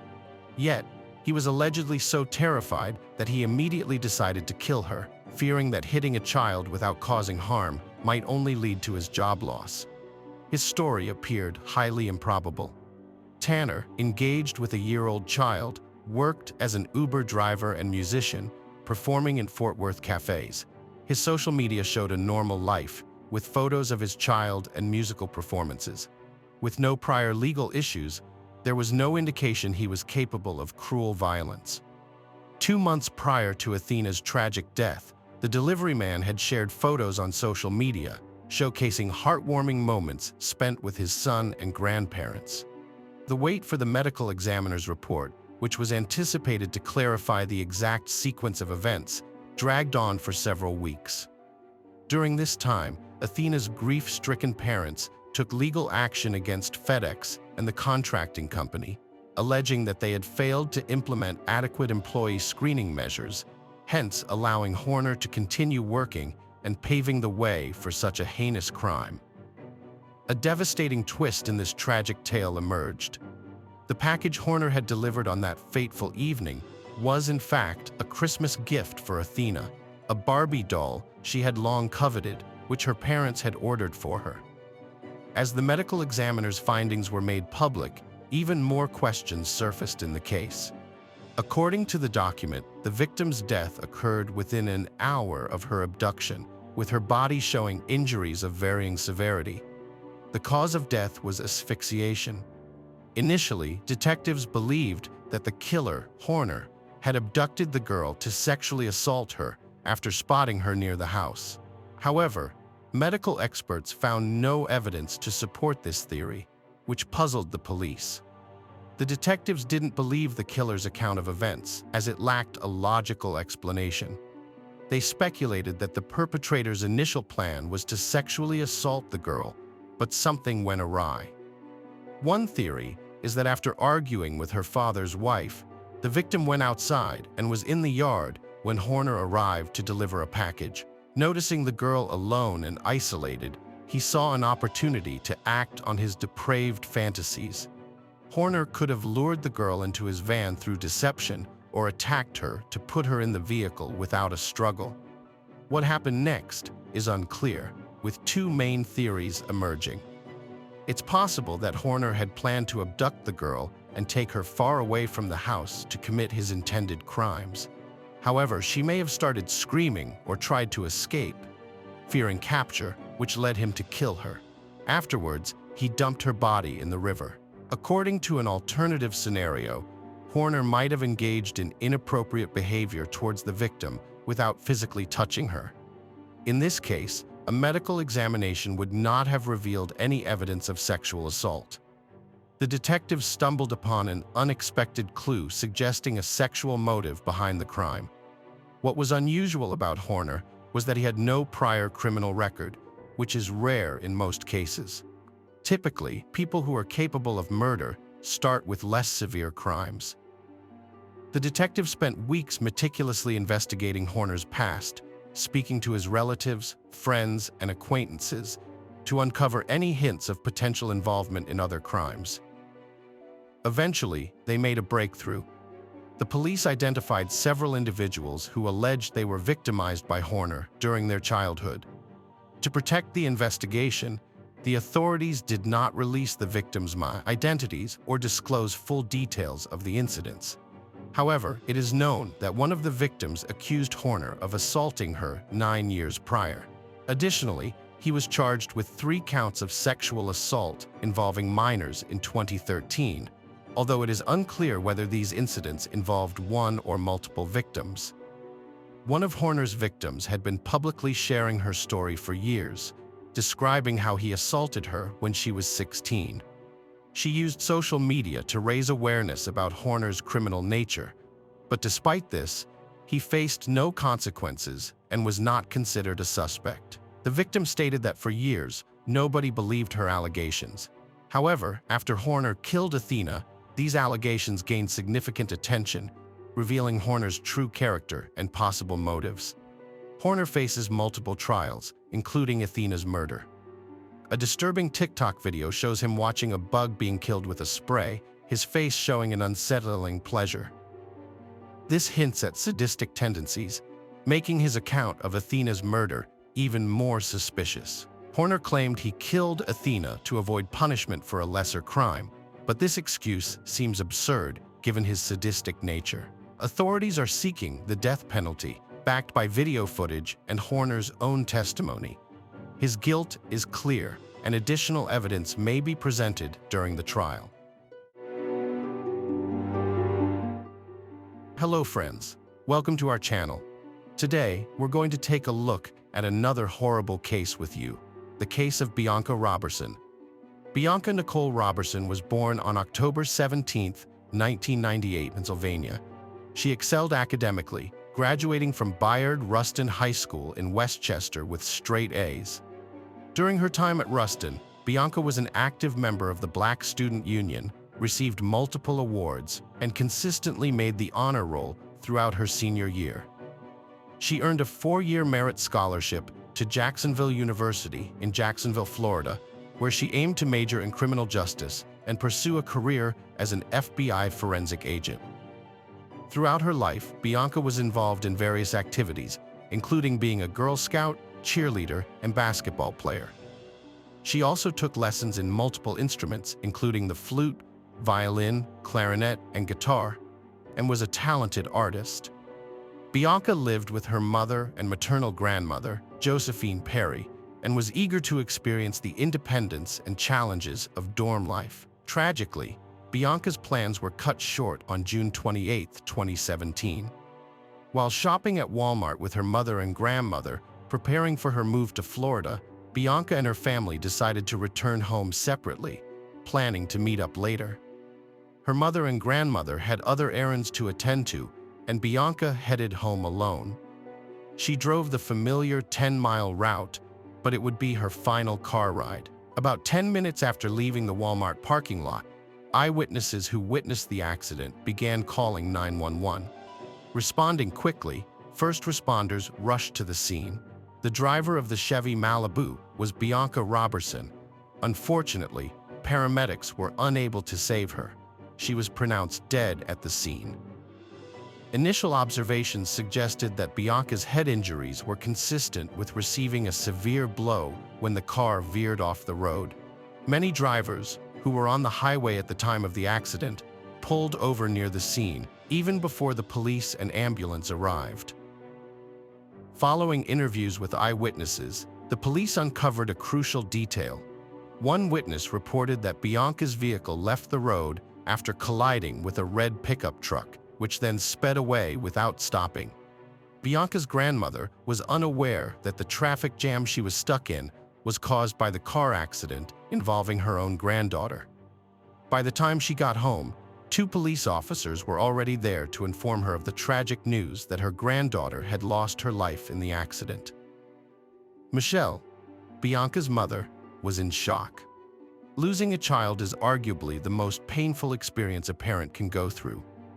Michelle, a nurse from Delaware County, had previously endured the loss of her 22-year-old son, M.L. James Rowley, who died from a heart condition in 2013. Despite believing that time would ease her pain, the opposite happened. Her grief had intensified. Michelle became reclusive, refusing to leave her house, and spent most of her time crying uncontrollably. Michelle and Rodney Robertson divorced in 2006, but they learned to put their differences aside and become amicable co-parents, all thanks to their daughter Bianca. Rodney admitted that their divorce was unhappy, but when Bianca saw how he spoke to her mother, she made him see sense. The love they shared for Bianca helped to calm the situation. Bianca was a devoted family girl who especially loved being her father's daughter. Her father said she was more excited about fulfilling her dream of becoming an FBI forensic specialist than about leaving home. Bianca was focused on her future and wouldn't let anything stand in her way, her father said with pride. Bianca earned a 4-year merit scholarship to Jacksonville University, one of 4 schools she applied to and one of 3 that accepted her. She was also accepted into Coastal Carolina and the University of Georgia. Detectives asked for CCTV footage to confirm the account that Bianca's car had swerved off the road after colliding with a red pickup truck. If Bianca's death was due to a collision with another vehicle, then it wasn't just an accident, it was a criminal offense, and the police needed to identify the perpetrator. However, the truth they soon uncovered was even more astounding. During the autopsy, forensic specialists established that the cause of Bianca's death wasn't a car crash, but a bullet wound to the head. This revelation drastically altered everything, as what initially appeared to be an accident and subsequently a collision with a red pickup truck was in fact a deliberate murder. The detectives visited Bianca's family to inform them that her death was not accidental. This was a devastating blow, especially to her mother Michelle, who struggled to comprehend why someone would harm her daughter. The family couldn't think of anyone who might have a grudge against Bianca, as she got along with everyone. The Robertson family demanded answers, and investigators worked tirelessly to uncover the perpetrator behind Bianca's death. They examined the CCTV footage from Walmart, which Bianca and her family had visited on the day of her death, but found nothing suspicious. They dismissed the possibility that someone from Walmart had followed and shot Bianca, as there was no evidence of an altercation. The investigators suspected that the motive behind Bianca's death might have occurred while she was driving home along the highway. Bianca's mother recalled that they had packed all the bags into Bianca's car, a 2009 Chevy Malibu that the family had gifted her for her 16th birthday. According to her mother, Bianca didn't often ask for much, but when she did, it was something big, like a car. In fact, Bianca had chosen the car herself when she got her learner's permit. The detectives reviewed the traffic CCTV footage and confirmed Bianca's story about a conflict with the driver of a red pickup truck. The footage showed their cars driving side by side as they approached the merge point, suggesting the conflict may have arisen from one driver not yielding to the other. Given the outcome of this confrontation, the investigators suspected the pickup truck driver might have fired the fatal shot. However, the poor quality footage didn't reveal the license plates or the driver's face. Despite this, the pickup truck driver became the primary suspect in Bianca Robertson's death. The detectives had to identify this man, but all they had was a blurry image. None of Bianca's family members knew anyone who owned a red pickup truck. The police re-interviewed witnesses and 911 callers, but none of them saw the license plate. Friends and strangers of all ages have shown their support to the Robertsons since Bianca's death. This outpouring of kindness began at a vigil held just 2 days after the tragedy. Among those who reached out were teachers who had known Bianca over the years. One educator shared with Michelle how Bianca had profoundly impacted her teaching approach. By analyzing footage from distant cameras, investigators determined the direction the pickup truck was heading after the crash. However, they needed a higher quality recording to identify the car's brand, model, and license plate. So police asked the media to share information about the red pickup truck, hoping the public could help identify its owner. After the incident, detectives learned the red pickup truck turned onto Poi Pike. They searched the area around houses and shops for cameras that might have captured the truck. They found one surveillance camera with good quality footage, which showed the pickup truck driving by about 5 minutes after witnesses reported the accident involving Bianca Robertson's car to 911. Although the footage did not show the license plate, it was unclear whether it was the same car or another matching the description. While investigators were searching for additional recordings and canvassing the area, a significant development occurred in the case. 2 days after the incident, a woman came forward, claiming to have seen the car they were searching for. What's more, she was able to describe the face of the person driving. According to her, a red pickup truck had cut her off, stopped at the Poi Pike intersection, and then turned left. This information was vital to the investigation, as it helped narrow down the search area. Furthermore, it indicated that the pickup truck from the footage was not the car they were looking for, but rather a similar-looking vehicle. The woman who contacted the police worked with a forensic artist to create a sketch of the suspect. She described the suspect as a white male, aged 25 to 35 years, with brown hair and a stubble beard. The police hoped that someone would recognize the person in the sketch and come forward with information.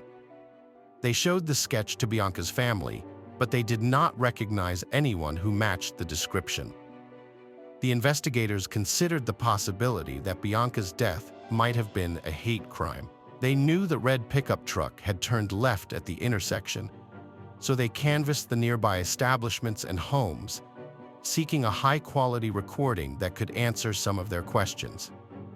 They soon found what they were looking for. A homeowner less than half a mile from the intersection provided a surveillance camera recording from their driveway.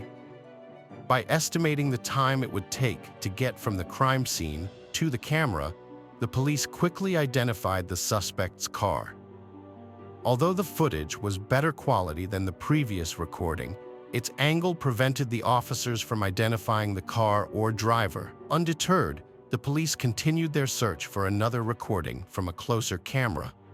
Fortunately, they found one, which revealed the car's distinctive features: a sticker on the right side window, a vertical dent on the passenger door, and hood damage. These characteristics would greatly simplify the search for the truck. To expedite the process, the police appealed to the public for help through the media, offering a $5,000 reward for information leading to the truck or its driver. The investigators were confident that someone would recognize this unique vehicle. 3 days after 18-year-old Bianca Robertson's death, a lawyer contacted the police station, stating that his client wanted to surrender, referencing his involvement in the incident that resulted in Bianca's death. This tragedy occurred on Wednesday at around 5:30 p.m. Bianca, a recent graduate of Westchester Ruston High School, was en route to Jacksonville University, with her entire summer and life ahead of her. She was driving along Route 100, a 2-lane highway, when she merged onto a section where the road narrows from 2 lanes to 1. This is a common merge that thousands of people in southeastern Pennsylvania make daily, usually without issue. However, on that fateful Wednesday, as Bianca was merging, a man in a red pickup truck also attempted to merge, and they jostled for position. The man, angered by the situation, pulled out a gun and shot Bianca in the head. The driver of the red pickup truck, 28-year-old David Desper from Pennsylvania, arrived at the police station with his lawyer. Although he refused to testify, he agreed to a search of his home and revealed the location of his pickup truck. Desper was arrested and charged with Bianca's murder. The police found the pickup truck at the location Desper provided, and the stickers on the side windows, damage, and rims confirmed it was the vehicle they were looking for. Additionally, during the search of Desper's home, investigators discovered the gun used to shoot Bianca in the head. While the police were confident they had found the perpetrator, the motive behind this senseless crime remained unclear. More than 800 grieving family members, friends, and community supporters attended Bianca's funeral service at St. Paul's Baptist Church in Westchester, a borough located 25 miles west of Philadelphia, on July 7th. A banner displayed inside the church during the ceremony read, "Patience, kindness, goodness, gentleness, self-control."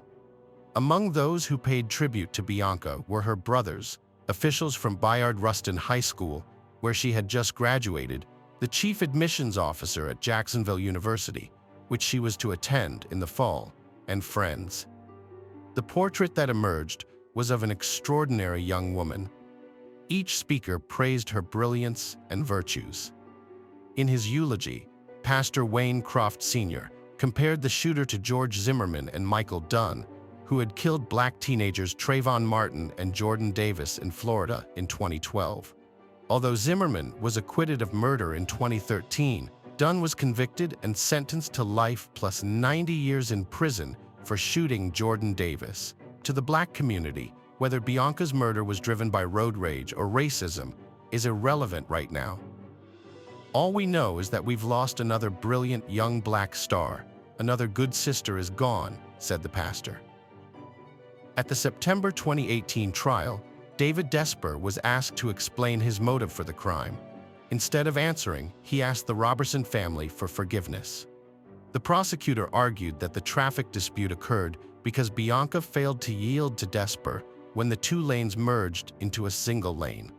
Then, from the passenger side window, Desper pulled the trigger. Recognizing the severity of his actions, Desper fled the scene, leaving his pickup truck with a friend in Pennsylvania, and attempted to escape to Delaware. However, after his sketch and the distinctive features of his pickup truck were broadcast in the news, he decided to hire a lawyer and surrender. The police investigated Desper's social media accounts and interviewed his friends, but found no evidence to suggest that the crime was motivated by bias. As a result, they did not charge Desper with a hate crime. According to District Attorney Hogan, there was no indication that this was a race crime or a hate crime. Many people disputed this assertion. Before sentencing, the defense portrayed Desper as harmless and immature for his age, a 28-year-old who enjoyed playing with cars in his free time. They described him as a big kid who had essentially handed the case to the government by turning himself in. According to the defense, Desper was driving home when another car suddenly approached him, startling him, and he fired the gun. Prosecutor Chris Miller disagreed, arguing that a 28-year-old man operating a vehicle with a loaded firearm cannot be considered a big kid. In a surprising twist, it was revealed that Desper's mother had shared a Facebook post about the police search for the man who murdered Bianca Robertson, only to later discover that the suspect was her own son.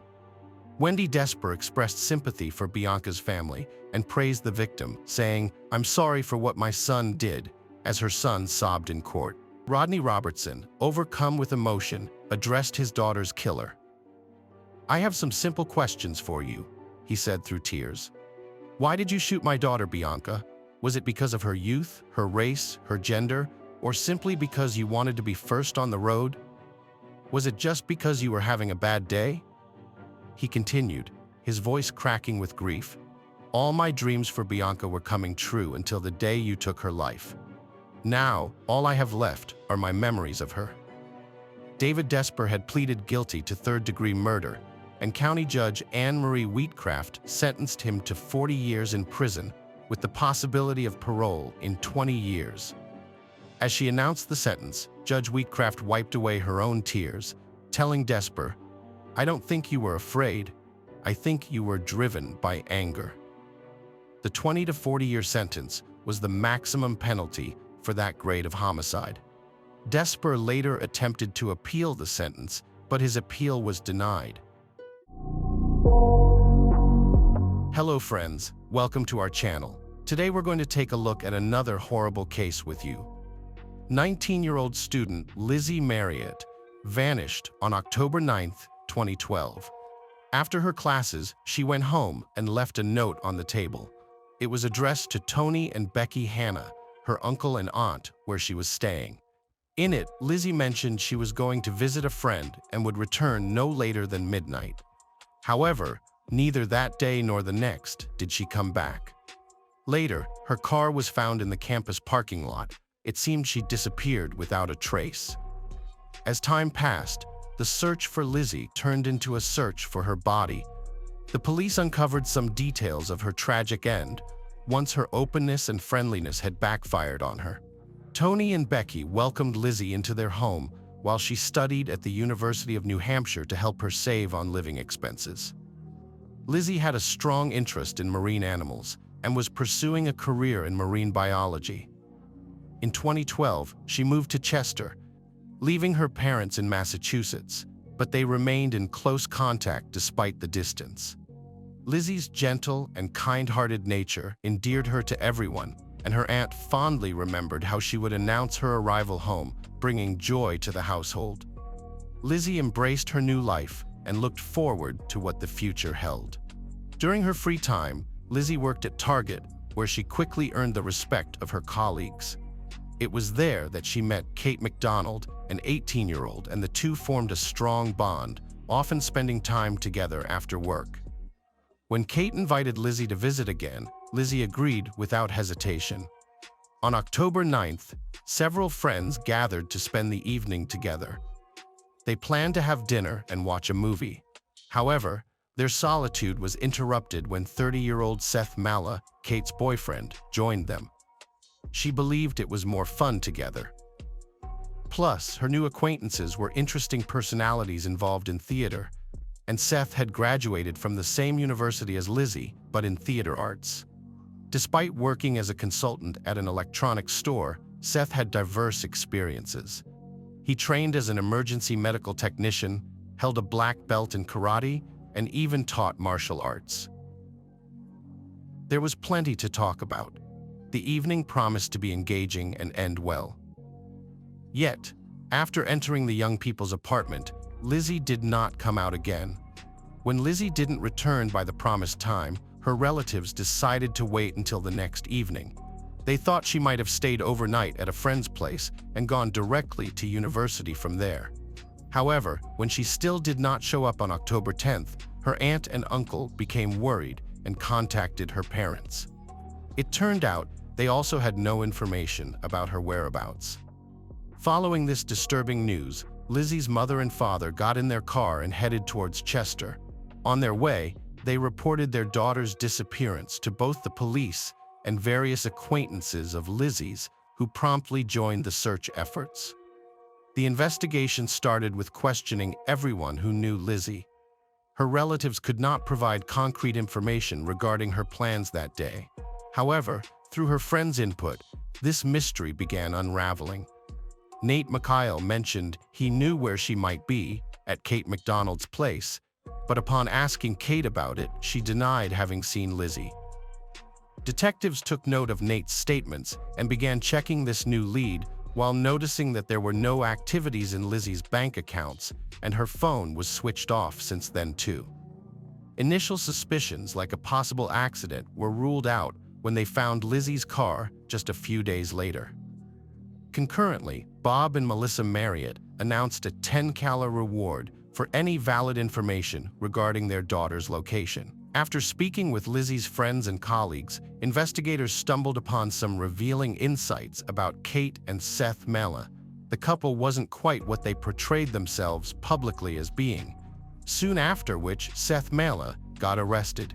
Lizzie was very sociable and compassionate, while Kate seemed reserved and sometimes rude. The reason for their close relationship remained a mystery. Long-term employees at the store mentioned that this wasn't always the case with McDonald.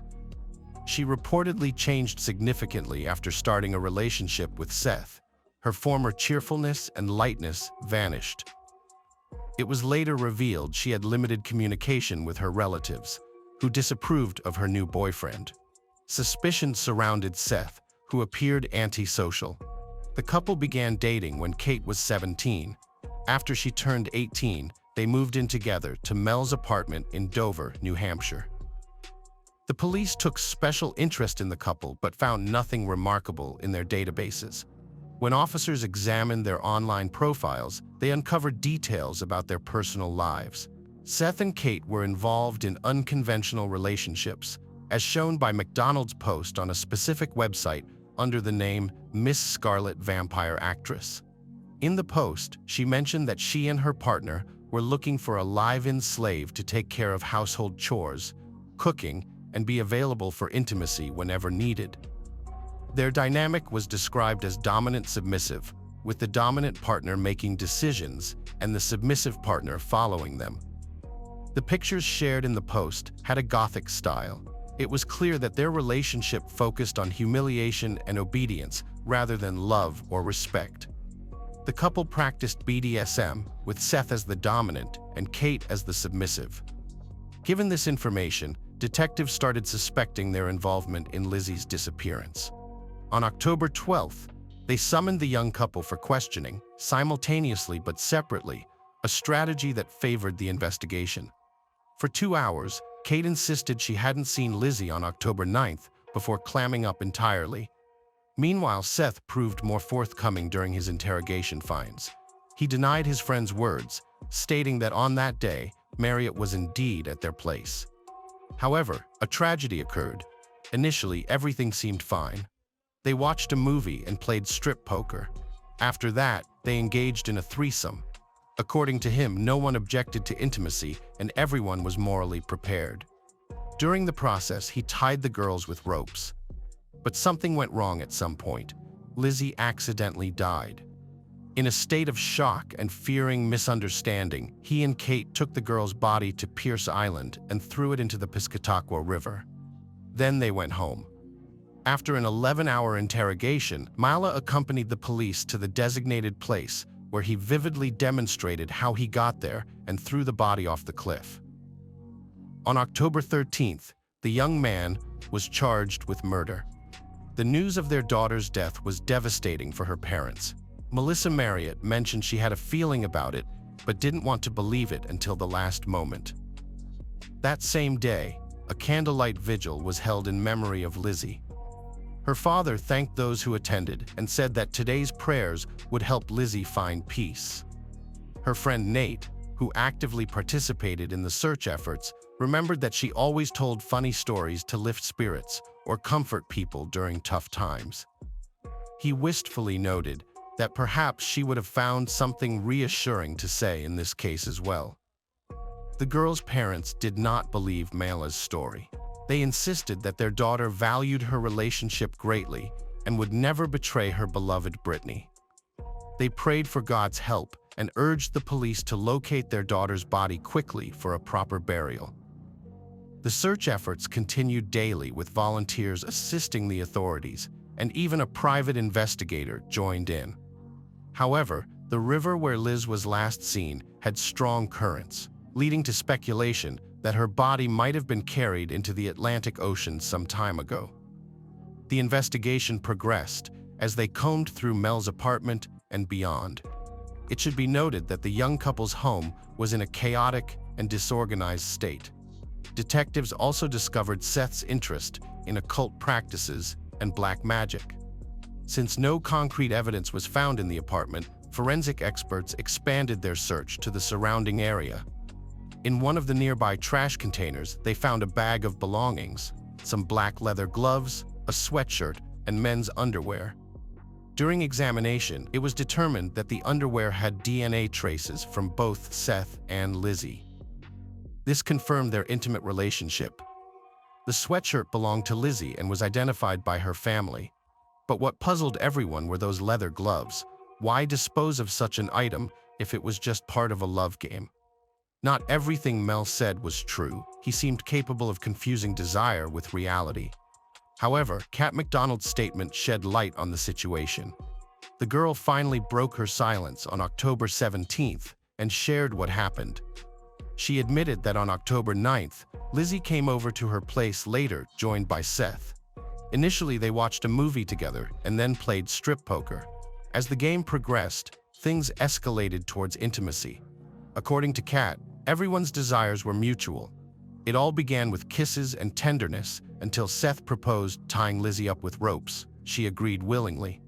Kat even diagrammed how Seth did it step by step. Everything seemed fine until suddenly Lizzie had a seizure. She began to suffocate and moments later lost consciousness. When Seth and Kat lifted her up, she wasn't breathing anymore. The whole incident unfolded so quickly and unexpectedly that McDonald insisted no one could be blamed. It was an unfortunate accident. A pivotal element in the investigation emerged from the testimony of an unexpected witness. One day, a young woman visited the police station, asserting that she possessed crucial information regarding Lizzie Marriott's case. She requested to speak with the detectives leading the inquiry. During this conversation, she identified herself as Catherine Fish, the ex-girlfriend of Seth Mazzaglia. It became evident through their discussion what Catherine was hinting at. Seth might be capable of murder. She recounted that he once confessed to her a fantasy where he took someone's life. For context, let's start from the beginning. Catherine and Seth met about a decade ago. Initially, he appeared attentive and caring, often wooing her with flowers and gifts. His charm and engaging conversations quickly enamored Catherine. During their first intimate encounter, she found out about his interest in BDSM. Initially, she was fine with these new experiences as long as he stayed in control. However, Seth soon started showing excessive cruelty and dominance, disliking being contradicted or stopped. At times, he would share his thoughts and fantasies with Catherine. During one of these talks, she heard a disturbing confession that made her realize he could be dangerous. To confirm her fear, there was an incident where he tightly grabbed her throat and refused to let go despite her pleas. This incident shattered her illusions about him completely. After moving to a new city with Seth, she felt isolated with no way to escape, as she knew no one in the new area and was financially dependent on him. So, she continued living with him while waiting for an opportunity to flee. Catherine also disclosed that over time, Seth grew bored with her in bed and suggested involving a third partner to spice things up. Different girls were occasionally brought into their home, but never stayed long until Mazalia insisted on finding a permanent girlfriend. This situation turned Catherine's life into a nightmare. She confessed that Seth had instilled so much fear in her that she didn't dare attempt an escape. Finally, after mustering courage, she decided to run away a few months later. Against all odds, Fish traveled 1,000 miles to reach her parents' house. But that's another story. She never saw her ex-boyfriend again. In May 2014, Seth Mella stood trial. The prosecution claimed that he was not only guilty of intentional harm, but also of taking advantage of others. Several individuals testified against him shortly before the trial. One of them was Kat McDonald. 2 months after Lizzie's death, she too was arrested and held in custody, facing charges of obstructing justice and investigation. During her time in custody, she had ample opportunity to reflect on the events and understand who she was initially covering for. While in prison, she and Seth exchanged letters actively. The pair fantasized about fleeing to a country without extradition laws, getting married, and starting a family. Their escape plan hit a roadblock in the winter of 2012 when Seth convinced his soon-to-be-released cellmate Ryan Bachman to assist them. Mela granted Bachman access to his bank account. The plan was for Bachman to withdraw money, buy drugs, sell them, and use the profits to fund their escape by purchasing weapons, cars, explosives, and a boat. However, Bachman misused the money for his own purposes, leading to authorities discovering their plan. Following this revelation, Seth abandoned their escape scheme and sent Kat a letter proposing a meeting in the afterlife. He genuinely believed that death wasn't the end of life. Perhaps Seth subtly hinted at ending her life as well. In any case, McDonald's thoughts cleared as time passed. When the prosecutor's office presented her with a favorable deal in 2014, she accepted without hesitation. As per the agreement, McDonald had to disclose the events of October 9th in the apartment. In exchange for telling the truth, her potential 20-year prison term was reduced to 3 years, a generous offer given the circumstances known from the subsequent investigation. The girl confessed she was greatly afraid of Seth and obeyed him unquestioningly. He slowly broke down her will and took away her freedom. Not long before the tragedy, he messaged her, insisting she find a third person urgently because he didn't want to be alone while Kat was absent.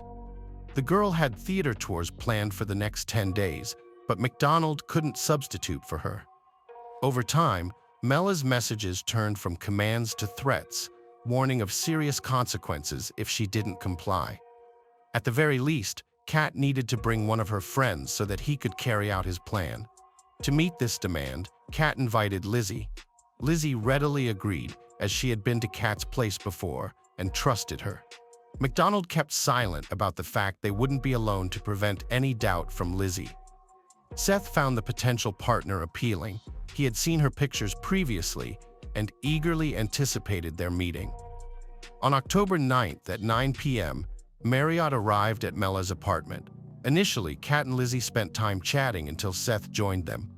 He was in good spirits, joked often, and made the girls feel at ease, making the evening cheerful. Later, the group began watching a movie. While watching, Seth suggested they play strip poker, lowering the lights to create a cozy atmosphere. The game proceeded casually, but Lizzie kept losing and ended up in her underwear. In a subsequent losing hand, Seth proposed that Lizzie kiss Kat. She firmly declined, stating she was already in another relationship. After some time had passed and tensions had escalated, Seth proposed to Marriott that they spend some time alone together. She firmly declined. Reacting to her response with apparent calmness but underlying aggression, Seth went to his room, put on black leather gloves, and retrieved a rope. Upon returning from his room and positioning himself behind an unsuspecting Lizzie, he placed the weapon around her neck. She didn't even have a chance to scream before he strangled her without hesitation. Following this brutal act of murder, Seth proceeded to violate her lifeless body, all while his girlfriend sat nearby in shocked silence.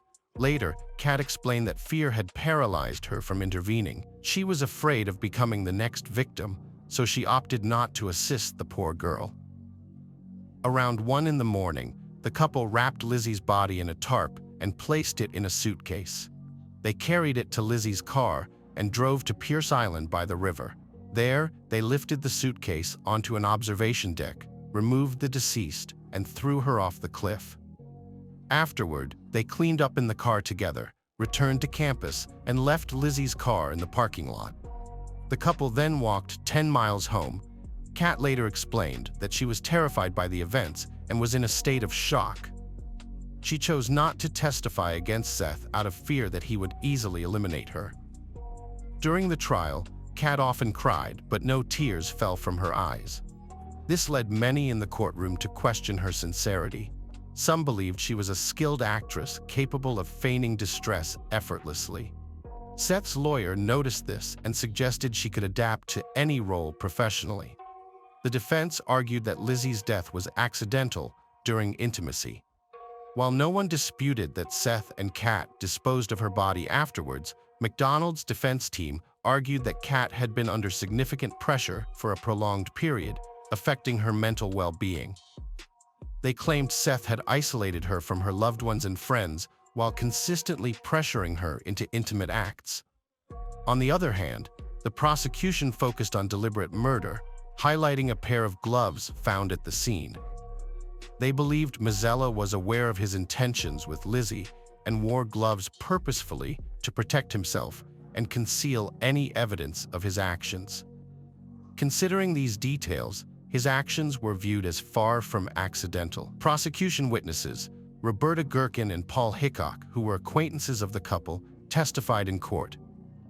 It was revealed that Seth contacted them at 10:49 p.m., shortly after the murder of Marriott. Seth asked for their help and requested them to arrive after 11 p.m. When they reached Mella's apartment, they were met with a disturbing sight. Seth was seated on the bed, beside a girl dressed in lingerie. When Paul inquired about the situation, Seth repeatedly mentioned, this time things went too far, in a distressed manner. Roberta discovered Kat on the kitchen floor, sitting in a fetal position and rocking back and forth.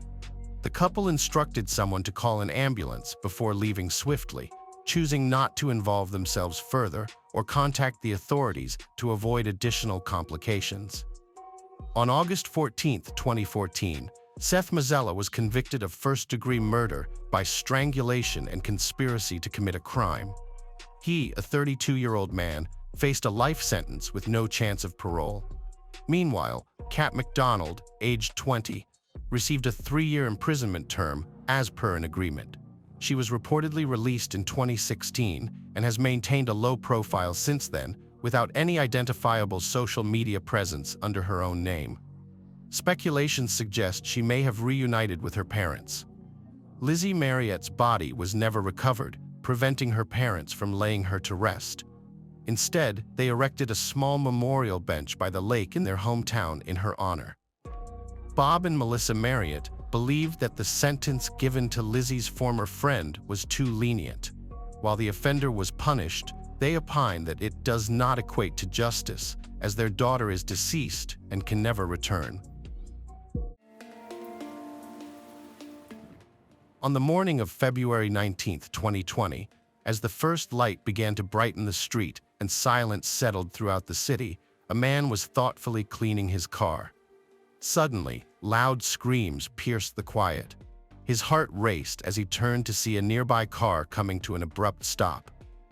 In the front seat sat a visibly pale and frightened woman, screaming hysterically, while the man beside her remained calm and composed.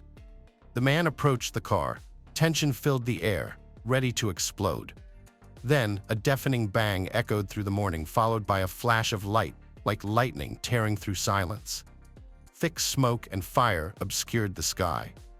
After what felt like an eternity, he came to his senses amid chaos. He saw a woman engulfed in flames, screaming in agony. Panicking, he grabbed a hose in a desperate attempt to douse the fire, but it continued to spread relentlessly. What was meant to be an ordinary day transformed into a nightmare where flames and fear dominated. What led them to this horrific scenario? When did normality morph into such tragedy? Hannah Clark was a vivacious 31-year-old woman who brought energy to everyone around her. Yet her fate took a dark turn, resulting in irreversible loss that shattered her life. She courageously faced off against a man whose name was once engraved in her heart, but paid an immense price for this confrontation. This tragic event occurred in Camp Hill, located in eastern Brisbane, Australia, a serene town where once vibrant life vanished abruptly, leaving behind only memories of its past vibrancy. Hannah Clark entered the world on September 8, 1988. By 2020, she was a devoted mother to 3 children, 2 delightful girls and 1 spirited boy. However, her family faced challenging times. When Aaliyah, 6 years old, Liana, 4, and Trey was just 3, Hannah left an indelible impression of her warmth and cheerful disposition in the hearts of those who loved her. Her entire family remembers her as an exceptionally gentle and kind spirit with a radiant smile that could brighten any room. She dedicated herself entirely to her children, giving them everything they needed. Together with her ex-husband, Rowan Baxter, a rugby player from the New Zealand Warriors, they raised their children. Despite a significant age gap between them, their relationship quickly grew deep and strong. Yet Sue Clark, Hannah's mother, never fully trusted Rowan. Hannah chose to ignore her mother's reservations about him. People around Rowan often spoke poorly of him. He had trouble remembering even his 4-digit bank card PIN and neglected to register his car after purchasing it, claiming no one had informed him about the necessity of such formalities. Hannah's parents were burdened with despair. Confronted with this difficult situation, they realized that interfering in Hannah's relationship with Rowan might lead to them losing their bond with her altogether. Their hearts were heavy, but they decided not to fight against it to preserve their cherished connection, the love and trust of their daughter. Sue had concerns about Rowan from the beginning. She sensed something amiss about him. He appeared arrogant and self-centered. The considerable age difference troubled her as well. When they met, Hannah had just graduated, while Rowan was already an adult at 31 years old. The fact that he hadn't finalized his divorce when they first began dating added to their worries. When presented with this situation upon meeting Rowan for the first time, Hannah's parents inquired about his ex-wife's circumstances. Rowan explained he still lived with her due to obligations towards his son. Eventually, though, Rowan finalized his divorce and continued pursuing a relationship with Hannah despite initial concerns from those closest to her. In 2011, he proposed to her, and Hannah yes. A year later, they married in Kingsley, New South Wales, Australia. They had 3 children together. The eldest daughter, Aaliyah, was quick-witted and inherited the best qualities from her mother, according to her grandmother's stories. Liana, the middle daughter, was a charming child who aspired to be the center of attention and always pleased those around her. The youngest child was Trey, perhaps the most beloved. Hannah adored him. He also showed athletic talent, which brought great joy to his parents who were involved in sports. Rowan was a former professional athlete who loved working out at the gym. He had impressive muscles, though their origin was not related to hard work, but to steroids use. This led to a mental disorder for him. Like Hannah, Rowan worked as a personal trainer, though their methods differed greatly. Clients loved Hannah for her kindness and caring nature. Because of this, she had many regular customers. Rowan's approach as a trainer was fundamentally different. His inappropriate and aggressive behavior, caused by steroids, made him unsuitable as a trainer. For example, he would call clients fat and clumsy on social media and often insult women during training sessions. Rowan faced difficulties in communicating with people, which affected his career and financial situation significantly. Hannah had to take on the role of breadwinner in the family. This only irritated Rowan even more because he felt humiliated that his wife was doing a better job than he was.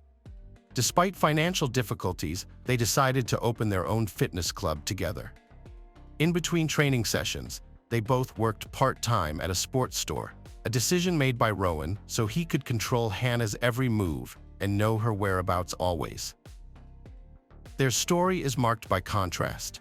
While one shone through kindness and empathy, the other struggled with aggression and challenges in communication.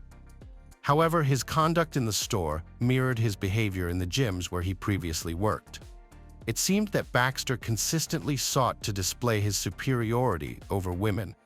During a personal training session with Sue, Hannah's mother, Rowan revealed a more malicious side. Instead of demonstrating the expected respect for the club owner and his mother-in-law, he acted inappropriately. During the session, Rowan deliberately caused Sue to fall. She struck her head on the floor and began to bleed. In such circumstances, any reasonable person would have apologized and promptly assisted her. But Rowan was different. He not only showed no empathy, but also laughed cynically at Sue and made sarcastic remarks about her clumsiness throughout the remainder of the training. Despite this incident and their own reservations, Hannah's parents endeavored to accept Rowan for their daughter's sake. Personal training sessions with Baxter became torturous for clients. Insults like fat and lazy were frequently directed at them. At home, his tyranny extended to Hannah and their children. Over time, his insults grew more cutting. He punished Hannah for any misbehavior, anything that displeased him. He forbade the children from seeing Sue, their grandmother, and prohibited Hannah from communicating with her brother. Hannah found herself isolated and severed from family and friends. Rowan exercised absolute control over her life, including taking away her clients and dictating who she could see and when. Gradually, she became akin to a prisoner within her own home. Each day, Rowan demanded intimacy from Hannah. Any refusal provoked his anger, which he then directed at her and the children. After coercing her into compliance, he would smile insincerely and offer a false apology, attributing it to an outburst of passion. In isolation and under constant control and cruelty, Hannah's spirit began to diminish. Rowan's tyranny was affecting both her life and those of her children adversely. The marriage that once thrived on love had devolved into a living nightmare for them all. Hannah lived under immense fear, imprisoned by unseen but potent bonds. Rowan, a tyrant and a brute, sought her obedience through threats and violence. His words pierced her heart like venomous thorns. "If you don't obey, I will hurt you." The specter of his wrath haunted the house, tainting each day. Hannah's environment was a cage of prohibitions put up by her husband. Wearing short shorts or bright colors, symbols of freedom and self-expression, was strictly forbidden to her. Rowan could not bear for his wife, whom he considered his property, to attract attention. He believed her place was in the shadows, away from prying eyes. Hannah did not dare to defy him. Any attempt at self-expression aroused his fury and rage. The insults and bullying extended beyond just Hannah. Rowan often directed undue harshness towards the children. While playful games among parents and children are common, Rowan frequently crossed all boundaries, inflicting intentional harm on them. When they cried out in pain, he mocked them, showing no regard for their feelings. Once, a playful fight with Aaliyah escalated into tragedy. Rowan miscalculated his strength and deliberately pushed the girl. She hit her head severely. The injury was deep enough to require hospitalization and stitches. Instead of consoling his daughter and apologizing for his aggression, Rowan blamed Aaliyah. This wasn't the only form of torment he inflicted on his children. As an athlete accustomed to ice baths post-training, a standard regimen for adults, Rowan forced even little Trey to endure the icy water despite their pleas and tears. He even posted photos and videos of them on social media with captions like, "Even my kids take ice baths." Remarkably perceptive despite their youth, the children understood their predicament well. Aaliyah, the eldest daughter known for her quick wit and resilience, often argued with Rowan and tried to resist his tyranny. Whenever she overheard her parents arguing, she intervened in an effort to shield her mother from Rowan's ire. Feeling suffocated by Rowan's oppressive control, like a stranglehold on her soul, Hannah recognized that the toxic atmosphere was harming not just herself, but also the children profoundly. She decided to take a critical step. Confronting her husband head-on, despite knowing his cruel tendencies well, she understood that he might use the children against her in his ruthless mannerisms. Hannah did not believe he was capable of physically harming them. However, the fear of being denied the chance to see them tormented her greatly. She was a dedicated mother, willing to do anything for her children, yet she felt trapped. A single misstep could result in losing the most precious thing, the bond with her beloved children. In that same year, Hannah experienced a life-altering event. Rowan developed an interest in jiu-jitsu.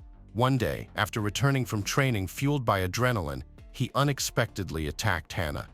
His hands tightened around her throat, and chilling words escaped his mouth. Overwhelmed by fear, Hannah did not immediately recognize herself as a victim of domestic violence.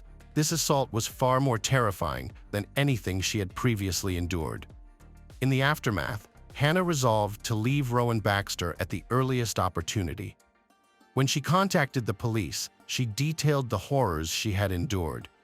The responding officer informed her that coerced intimacy without consent constitutes domestic violence.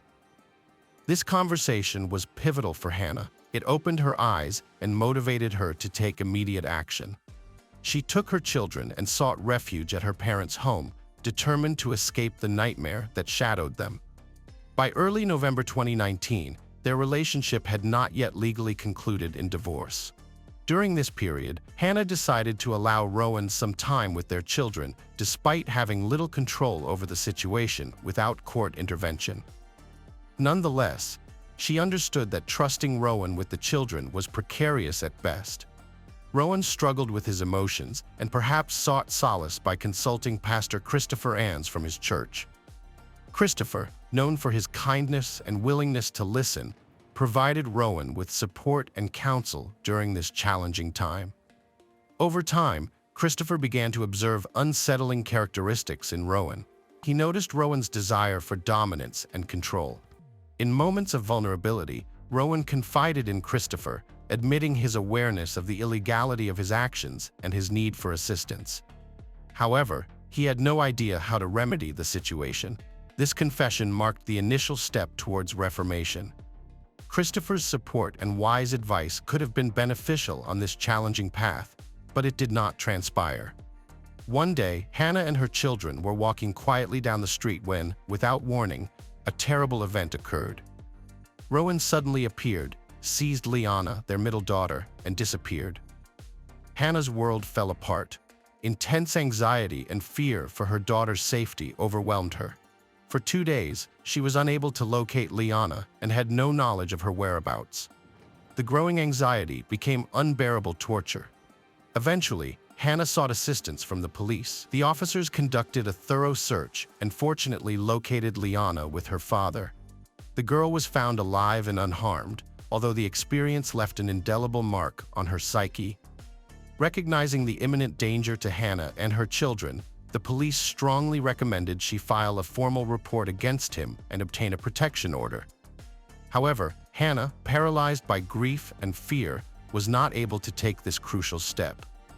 Despite the numerous issues caused by Rowan, he was unfortunately still awarded joint custody of the children. This legal leverage enabled him to persist in his abuse of Hannah. Following another visitation with their father, the children were returned to Hannah's parents.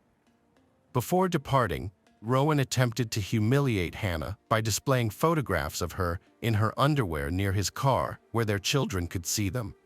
Overcome with anger, Hannah tried to retrieve these photos, but Rowan responded violently. He grabbed her shoulder, twisted her arm, and struck her in the face, resulting in a split lip. It remains unknown how severe this assault might have become if Sue, Hannah's mother, had not intervened promptly to assist her daughter. In response to intervention and shouting insults, Baxter drove away hastily. Hannah, gripped by shock and despair, went to the police because this attack clearly violated her protection order. Sadly, the authorities didn't act swiftly, which resulted in a heartbreaking tragedy. The day started out as usual and seemed like it would just be another working day. But there was an underlying sense of destiny. On February 19, 2020, clutching her car keys with hopes of a peaceful morning, Hannah left her parents' house to take her 3 children to school and kindergarten. Yet fate had other intentions. Minute by minute, moment by moment, disaster loomed over Hannah and her children's lives. Like a magnet drawing them inescapably into darkness, they were pulled towards it. When Hannah got into the car with her children, Baxter unexpectedly climbed in as well. Fear gripped Hannah for herself and her children.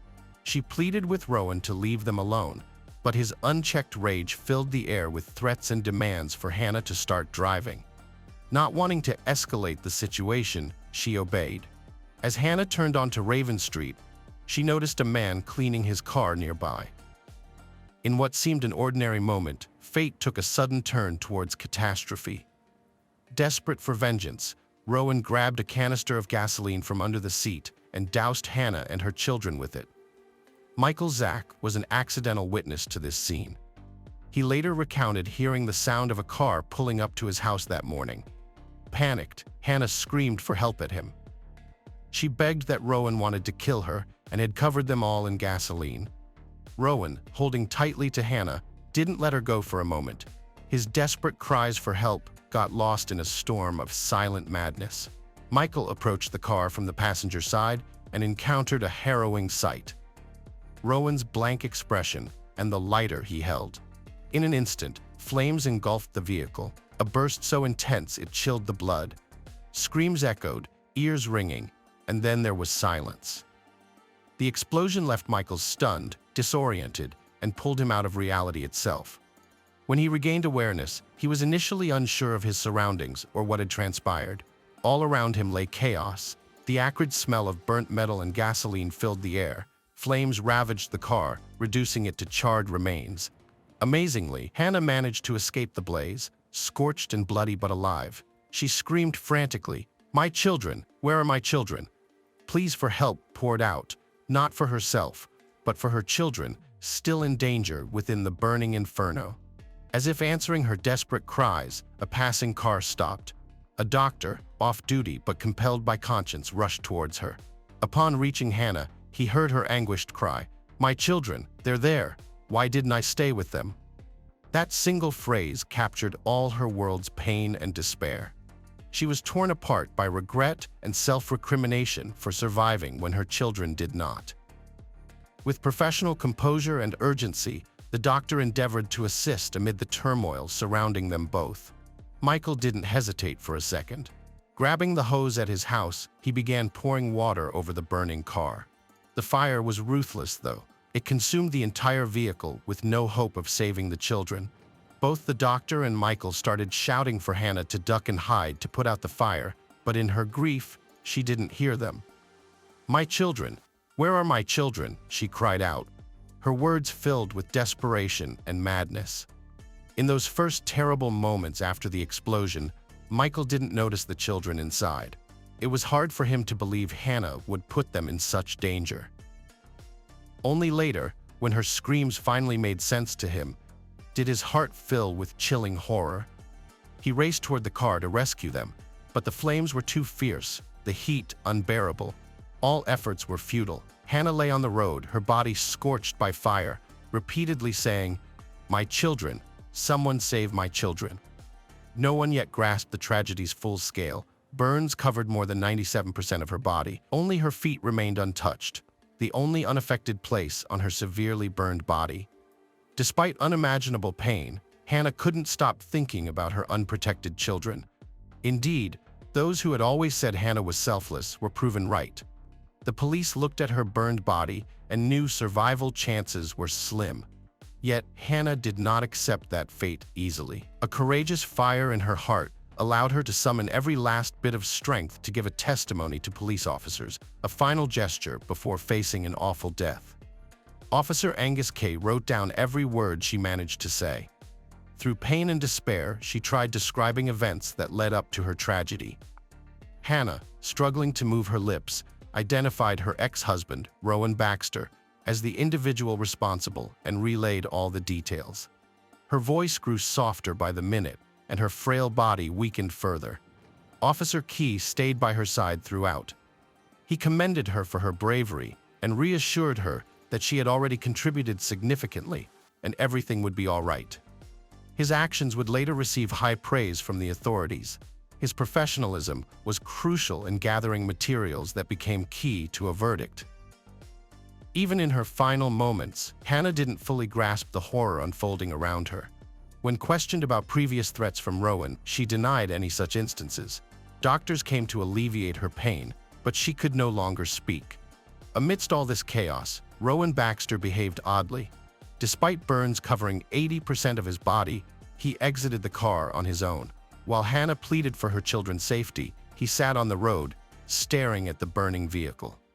After some time, Rowan, seemingly possessed, climbed back into the car engulfed in flames. One of the bystanders, risking his own life, attempted to extinguish the fire at the rear of the vehicle. At that moment, Rowan retrieved a knife from inside the car and drove people away from it, preventing them from extinguishing the blaze. The children, trapped in a dire situation of steel and flames, had virtually no chance of survival. Nonetheless, onlookers did not cease their efforts to rescue them. Rowan's actions kept everyone at bay, effectively sentencing his children to a painful demise. What drove him?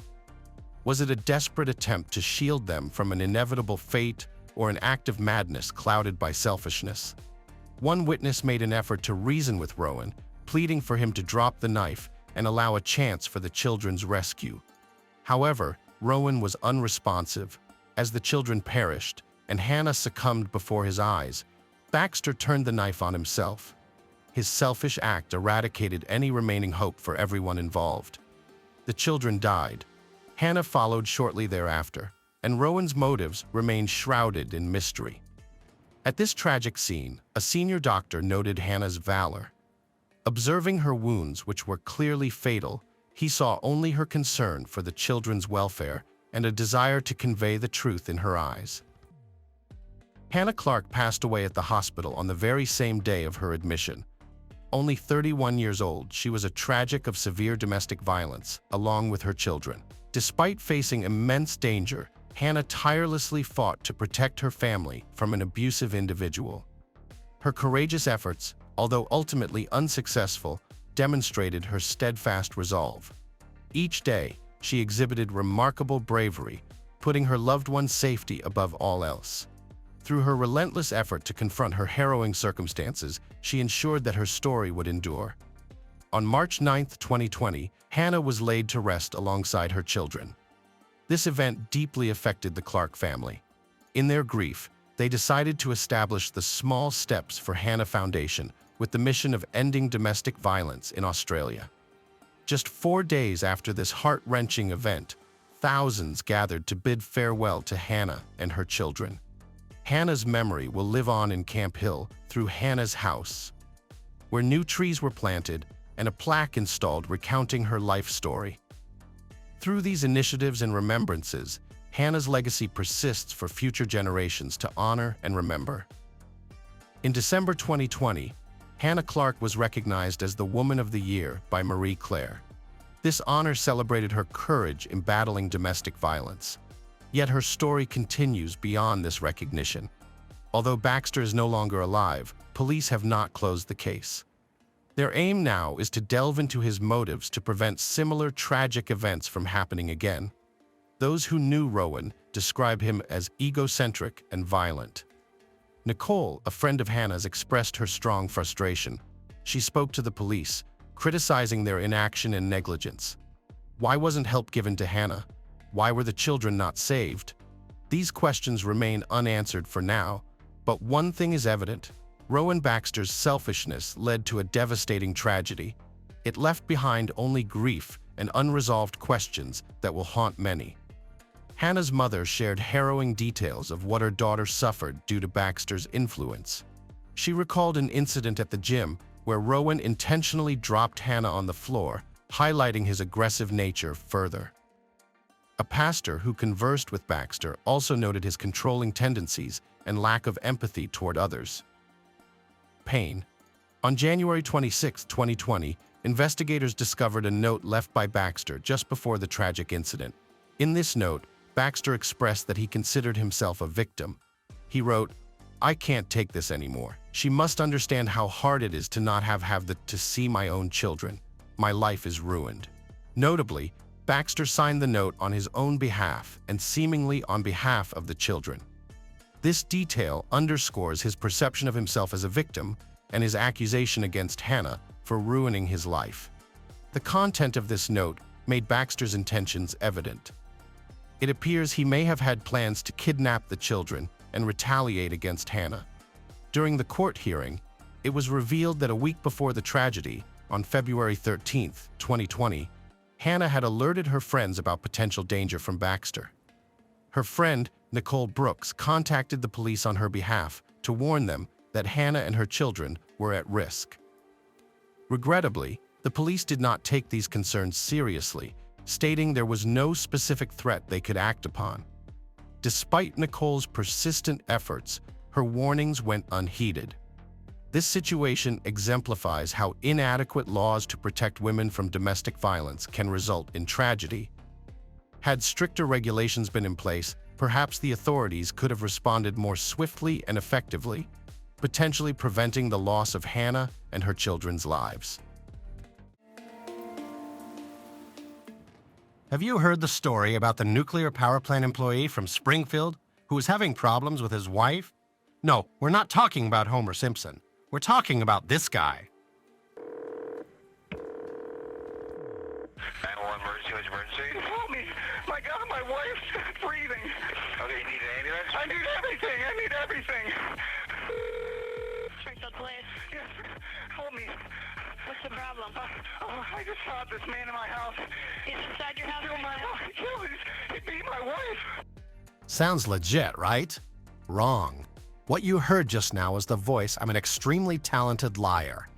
In 1995, Mark Winger, a nuclear power plant technician in Springfield, Illinois, murdered his wife by beating her to death with a hammer. In an even darker twist to the story, he framed someone else for the murder, married their child's nanny shortly afterwards, and got away with murder for nearly 4 years. So how did he do it? Hi, and welcome to Mysterious 7.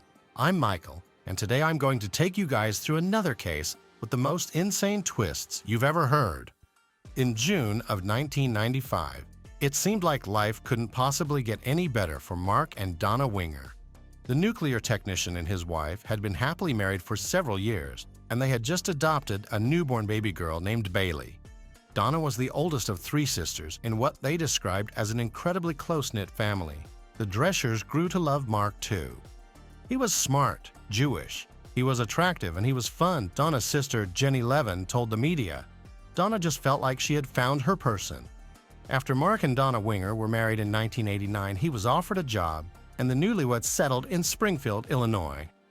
We always joked about the fact when one sister marries, that husband marries 3 sisters, Levin said. We shared our lives with Mark. Donna was working as an operating room technician and Mark was a nuclear engineer. Donna couldn't have been happier. The only thing she would have liked to was to have a child, her stepfather, Ira Drescher, said. Donna's mother, Sarah Jane Drescher, said her daughter was overwhelmed when she learned that she could not get pregnant. But then one day while working at the hospital, a doctor told Donna that a teenager was looking to put her baby up for adoption. Adopting the child was an easy decision for her. She looked at me with tears when she said, "Michelle, I knew it the minute they put the baby into my arms. She has always been mine," Donna's sister Michelle Hansen said. The Wingers welcomed baby Bailey into their home on June 1, 1995. Donna's family said the couple loved their new roles as parents. They seemed to have all the makings of a long and happy life together. Mark was just as excited to become a dad as Donna was to become a mom, Hansen said. Donna had met the woman who would eventually become her best friend, Deanne Schultz, at the hospital, and with the arrival of Bailey, the two bonded over motherhood. But then everything turned dark. In August 1995, Donna took baby Bailey on a trip to Hollywood, Florida, to visit Donna's family. Her mother had just dropped the two of them off at the airport and hired a driver to pick them up in St. Louis, Missouri, and drive them back to Springfield. So after the visit, the two flew into St. Louis Airport and hopped in a cab driven by Roger Harrington with a 2-hour ride back to Springfield. During the course of the drive, Harrington reportedly began flirting with Donna and talking about drugs and orgies. Detective Charlie Cox, a police officer who investigated Donna's death, later said, "This gentleman started opening up to Donna about issues he was having. He had a voice in his head named Dom. Dom would tell him to do bad things. Recently, Dom was telling him to hurt people."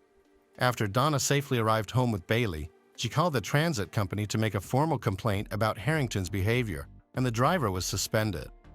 Cox later said that the driver started flirting with Donna, telling her he liked older women and even invited her to attend what he described as one of his sex parties. Donna had told her family that the ride was terrifying because he was driving erratically at 75 miles per hour. After the harrowing ride, Donna had been the victim of some strange phone calls, Weinhoft said. The family had believed that the driver had been stalking her and was a danger. Donna called a limousine company to file a complaint, and Harrington was suspended. Mark argued his wife to write down the story in case they might need it. Police later found the note describing Donna's harrowing ride in her handwriting at the crime scene.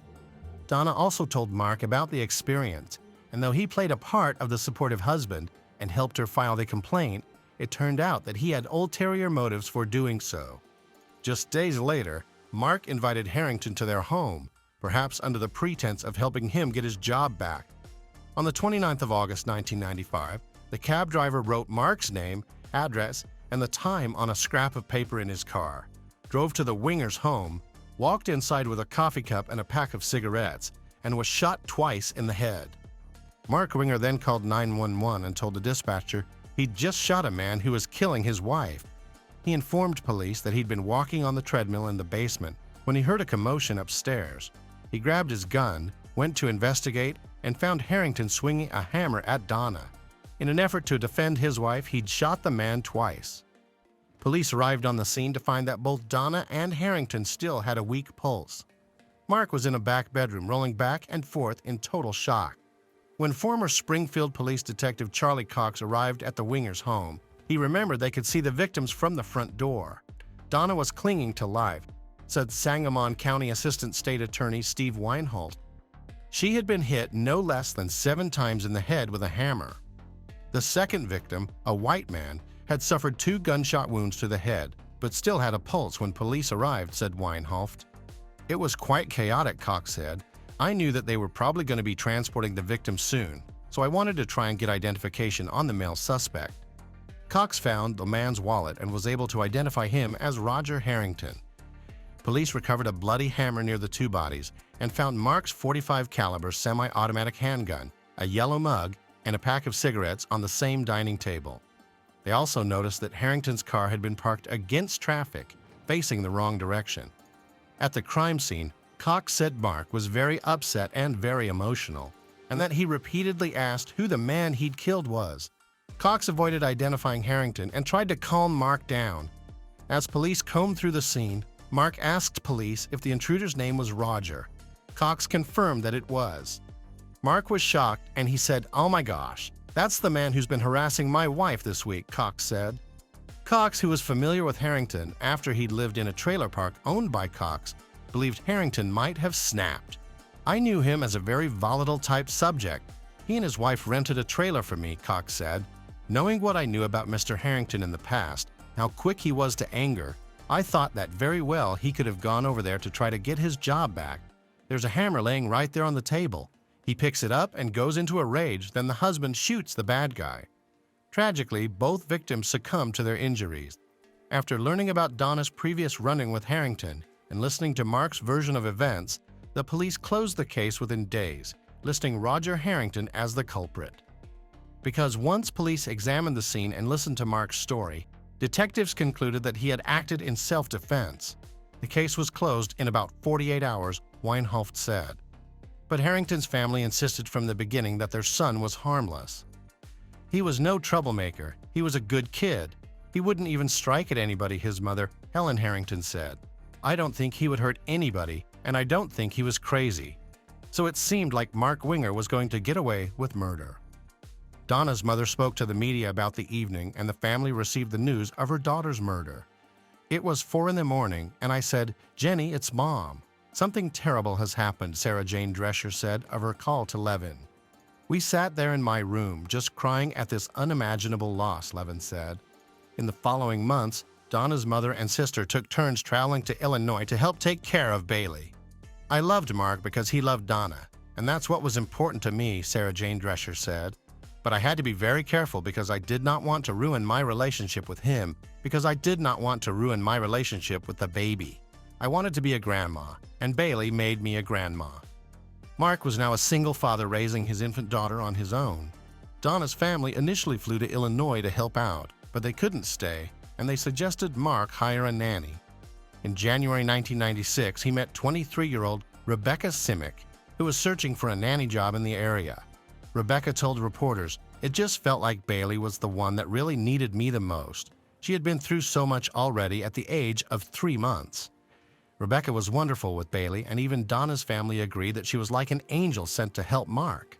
While she felt a little uncomfortable in the house, where 2 people had died violently, she was dedicated to giving Bailey a good childhood despite the trauma of losing her mother. "I didn't want to like Rebecca, but it was hard not to like her," Levin said. "Seeing her with Bailey, there was really nothing bad we could say about her." Meanwhile, Rebecca's role at Mark's home had begun to evolve. When you live with someone and you're taking care of a child together, it's very easy to kind of play house, Rebecca said later on. Rebecca told the media that she was blown away by what the infant had been through in such a short time. "Mark made me feel like I was like an angel sent to him from God or Donna, and it was my purpose to make this family whole again," Rebecca said. She lost 2 mothers by the time she was 3 months old, and she was so smiley, Rebecca said. "I wanted to get in there and say, I'm going to help, and I'm going to make this little girl's life better." Mark helped Rebecca feel at ease in her new role. After a few months, the two found themselves sharing conversation and a glass of wine at the end of a long day. And then one thing led to another as their relationship turned intimate. Within the year, Rebecca was pregnant with Mark's child. The couple eloped in Hawaii in October 1996, just 14 months after Donna's death. "I remember asking him how he could move on so quickly," Rebecca later recalled. "And he explained to me that when you have a good marriage, it's natural for you to just want that again." Rebecca said Mark had told her he wasn't able to have children, so she said she was very surprised when she found out she was pregnant with his child only months after moving in. "Obviously, I wasn't careful. It was just kind of a shock," she said. Mark, on the other hand, was thrilled, Rebecca recalled. "It felt like it was a victory to him," she said. "Mark put pressure on me to marry him and have children with him." Rebecca said that Mark, who was Jewish when they met, even started going to church with her. She said he told her they could raise a family in a Christian home. "I would be honored to be your husband and blessed if you were my wife," Mark wrote in a letter to Rebecca. Mark's rabbi, Michael Datz, asked him about his change in faith, and he said that Mark explained, "Judaism is just too difficult and unforgiving."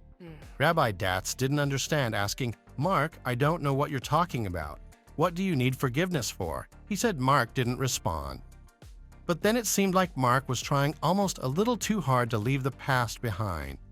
16 months after his wife's death, Mark told Sarah Jane Drescher that he was going to sell the house where her daughter Donna had died and buy another one just outside of town. He and Rebecca had started a family of their own, and he started cutting ties with Donna's parents. "I received a letter from Mark one day saying to me I could not be called Grandma," Sarah Jane Drescher said.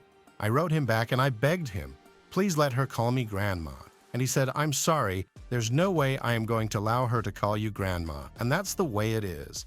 Sarah said she mourned that loss for a long time. Bailey Simic, now 25, told reporters that her grandmother and grandfather Ira Drescher, would send a birthday card to her every year.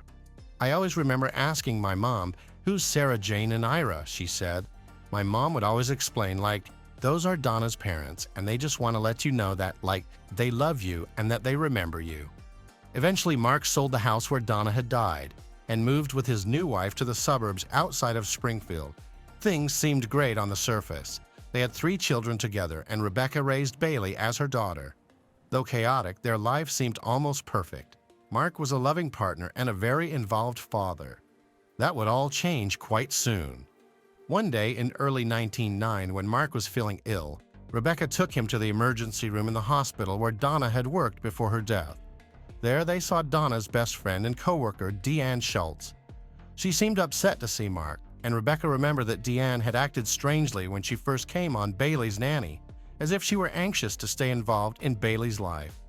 After they returned home, Mark commented that may not be the last they heard from Deanne. He was right. In February 1999, Deanne dropped a bombshell on the police, revealing that she and Mark had been having an affair before Donna's death. She said that, at one point, he'd remarked to her that things would be easier for them if Donna was dead. She told them that after Donna's fateful ride with Roger Harrington, Mark said that he needed to get that driver to the house. "All you'd need to do is find the body," he told her. Deanne never thought Mark was serious, but when Donna turned up dead soon after, she knew he had done it. Mark had threatened her not to tell anyone about the things he'd said, and she'd attempted suicide several times while struggling with her guilt. After seeing him in the hospital, she decided she couldn't keep quiet any longer. After hearing Deanne's story, police decided to take a closer look at the evidence from the day of the murders. The more they thought about what they'd once assumed was an open and shut case, the more questions they had. Why were there no signs of forced entry into the Winger home that August day? Why would Roger Harrington bring his cup of coffee and cigarettes into the house with him if he'd planned to attack Donna? And why would he use the Winger's hammer as a weapon when he had a tire iron and a knife in his car? At that point, investigators came upon 3 never-before-seen Polaroid photos taken the day of the murders. They'd been with the evidence collected in a civil suit Mark had filed against the transportation company that had employed Harrington. The position of the bodies in the photos showed that Mark's version of events were not possible. Mark Winger had stated that Roger Harrington was kneeling right next to Donna Winger's head, and he was beating her with a hammer, Weinhoft explained. He stated that he shot him and that the man fell backward, so that his feet remained near Donna's head. In reality, the Polaroid photographs show the exact opposite. Blood spatter experts agreed. Cox later told the media, "I was ashamed of the way the investigation went. I heard Roger Harrington's family. I ran his name through hell for no reason. I mean, he was an innocent victim." It had become clear that Mark was the real murderer behind the scenes the whole time. Rebecca Simic was left to make sense of the tragedy. She had no idea what Mark was capable of, and afterward, she moved her 4 children out of Springfield to feel safer. While Mark had tried to keep Bailey away from Donna's family, Rebecca encouraged them to be reunited. "We'd been hurt a lot by the same person," Rebecca said, "but it didn't break us." Donna's family and Rebecca spoke to reporters about the horrific realization that Mark was a manipulative killer hiding behind the mask of a brilliant engineer and a kind, loving husband and father. In December 1999, more than 4 years after the murders, the Springfield State Journal-Register ran an article based on allegations in the civil lawsuit that Mark had arranged the murder himself and killed both his wife and Harrington. The allegations were based on a blood spatter expert hired by Bark Transportation in the case after the arrest of their employee Harrington. "Everything came to a head. It changed everything," Rebecca said of the article. "I mean, it went from Mark as the hero who was defending his wife, this noble stand-up guy that every man wanted to pat on the back, to a manipulative, deviant murderer." As the detectives continued their reinvestigation, they learned that Harrington's roommate, Susan Collins, had initially told police that someone asked to meet with Harrington on the day of the murders, and that she'd seen Harrington on the phone arranging that meeting. Inside Harrington's car, they found a note written on a bank deposit slip with Mark's name, his address, and the time to be there. Roger Harrington was not an intruder, but rather he was lured into that home by Mark Winger, Weinhoft said. Deanne Schultz's cooperation with police and evidence that raised questions about Mark's story prompted the voluntary dismissal of the civil suit against Bark Transportation. "I didn't see it coming," Rebecca said. "I didn't know that this whole investigation was brewing. I never thought the whole time that they thought my husband was a diabolical murderer." A warrant was issued for Mark's arrest, and he was taken into custody while at work. "I had made plans to go to McDonald's Playland," Rebecca recalled. "We were there and I got a phone call, and it was Mark's secretary, and she told me that Mark had just been arrested. I was just sick. Like my whole body kind of went numb, and I just couldn't believe it. I was shaking so badly, and I just remembered feeling so scared.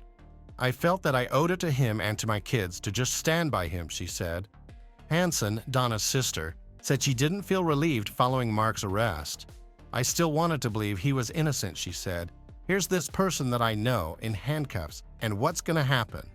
Bailey was just 6 years old at the time of Mark's arrest. She said no longer having her father home was scary. "I just remember everyone just trying to remain calm and kind of, at the time, being like, Dad's just going away for a while and that he'll be back soon," she said. But that was no longer possible. On August 23, 2001, Mark Winger was indicted for the murders of Donna Winger and Roger Harrington. At the trial in May 2002, a visibly shaky Deanne testified against Mark. The court granted her immunity in exchange for her testimony, though there was no evidence linking her to anything other than keeping Mark's terrible secret. Mark was sentenced to life in prison without the possibility of parole. One of the key points the prosecution had to prove was that Harrington had gone to the house to meet with the Wingers, not to commit a murder. They presented the cigarettes and coffee mug that he'd brought inside, as well as the weapons he'd left in his car and the note with Mark's name and address. Mark's attorney argued that Harrington was mentally ill, that he behaved erratically, and that these traits indicated he was capable of murder. When prosecutors presented the Polaroid showing the position of the bodies before they were removed from the scene, Mark's attorney argued throughout the trial that first responders could have moved the bodies. "It's our belief that Roger comes to the house, he's allowed into the home," now retired Detective Jim Graham said. "There were no signs of forced entry, and he was executed at that time." Hearing the gunshot, Donna Winger then comes from the bathroom to investigate. He then beats his wife to death with a hammer. Mark then calls 911. In the 911 call, someone can be heard moaning in the background. When Mark tells the operator he can hear his baby crying and hangs up. He had told the operator there was a bullet in Harrington's head, but when police arrived, Harrington had been shot twice. Deanne also gave damning testimony at the trial, saying that Mark told her it would be easier if Donna just died. "I thought it was crazy talk," she said during her cross-examination. After a chance meeting years later, Deanne testified that she confronted Mark in the hopes of gathering information and asked him how he lived with himself, and that he'd replied that he had found Jesus Christ and was forgiven. She said he warned her that if she ever said anything, they would both be in trouble. "I didn't think that anybody would believe her," Rebecca said. "I just thought if Mark truly did that, she would have come forward right away." Mark's defense argued that Deanne was emotionally unstable and just a woman who had been scorned. Deanne Schultz's testimony was able to demonstrate that, in reality, Mark was obviously unhappy, unfaithful, and had specifically talked about wanting to kill his wife, Weinhoft said.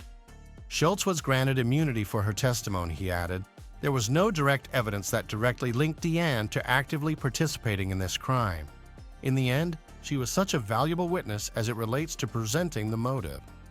After a trial that lasted 3 weeks, the jury found Mark Winger guilty of 2 counts of first-degree murder. Rebecca said she believed he would be going home with them. After the verdict, she said the words guilty rang through her head and that she wanted the earth to open up and swallow me. Sarah Jane Drescher and her daughters, Donna's sisters, were with her when they heard the verdict. "The 3 of us just embraced and cried," she said. And the story gets even more twisted, because 4 years later, Mark was also sentenced to an additional 35 years in prison when he tried to hire a hitman to kill Deanne, or testifying against him. He even attempted to put out a hit against a childhood friend who had refused to pay his bail. Helen Harrington was relieved and grateful that her son had been vindicated of Donna's murder. "We knew that Roger was innocent, and it finally got proven," she said. "He was branded a murderer at the time, but then all this came to an end." The police also had to come to terms with the faulty initial investigation. "I was ashamed of the way the investigation went," Cox said. "I heard Roger Harrington's family. I ran his name through hell for no reason. I mean, he was an innocent victim." The police department had too hastily closed the case and turned a blind eye to some red flags, and to right such a wrong, it felt great, Bram added. But Rebecca said there wasn't any closure for her or her family. "When we lose someone, we gather. We have a funeral," Rebecca shared. "But when someone goes to prison, well, what do?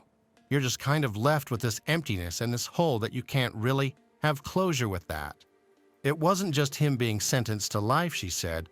"We were sentenced to a life of a father in prison." Bailey Simic says she missed having her father around while growing up. "It was really hard being in school, seeing all the other kids had their dads and that relationship," she said. "And now suddenly, I couldn't just go to my dad's room or have him pick us up from school or anything like that." Ben Simic was only a year old when his dad went to prison. "I can look at the pictures and look at myself and say, that kid has no idea. He was way too young to know anything that was going on," he said. Rebecca had to move out of Springfield with her kids, and the home that she'd bought with Mark was foreclosed. She had been a stay-at-home mom for 7 years, so she had no option but to file for bankruptcy. "I didn't have anything to give my kids. Everything had been taken away. All I had was love," she said. Rebecca never remarried as far as we know. She raised all 4 of the children on her own. And Bailey has since reunited with Donna's family. "It was so incredible to see that there's this whole big family that loves me, and Sarah Jane still has my baby picture on her kitchen counter, with all of her other grandkids, even though we've been gone for so long," she said. "We've been hurt a lot by the same person, but it didn't break us," Rebecca said. Although Sarah Jane Drescher says there will never be closure for the murder of her daughter, the family has worked together to set up Donna's Fund, which is a part of Women in Distress, an organization that works to provide shelter for women trying to escape abuse. "I think her legacy will live on through people that we help," Levin said, "and through the beautiful memories that we have of her." So what do you think of this crazy, twisted case of murder uncovered? Would Mark Winger still be walking scot-free today if his former lover, Deanne Schultz, hadn't developed a guilty conscience? Let us know your thoughts in the comments section. And don't forget to like, share, and hit the subscribe for more in-depth coverage of some of the most manipulative murders of all time. Stay safe, friends. Until next time.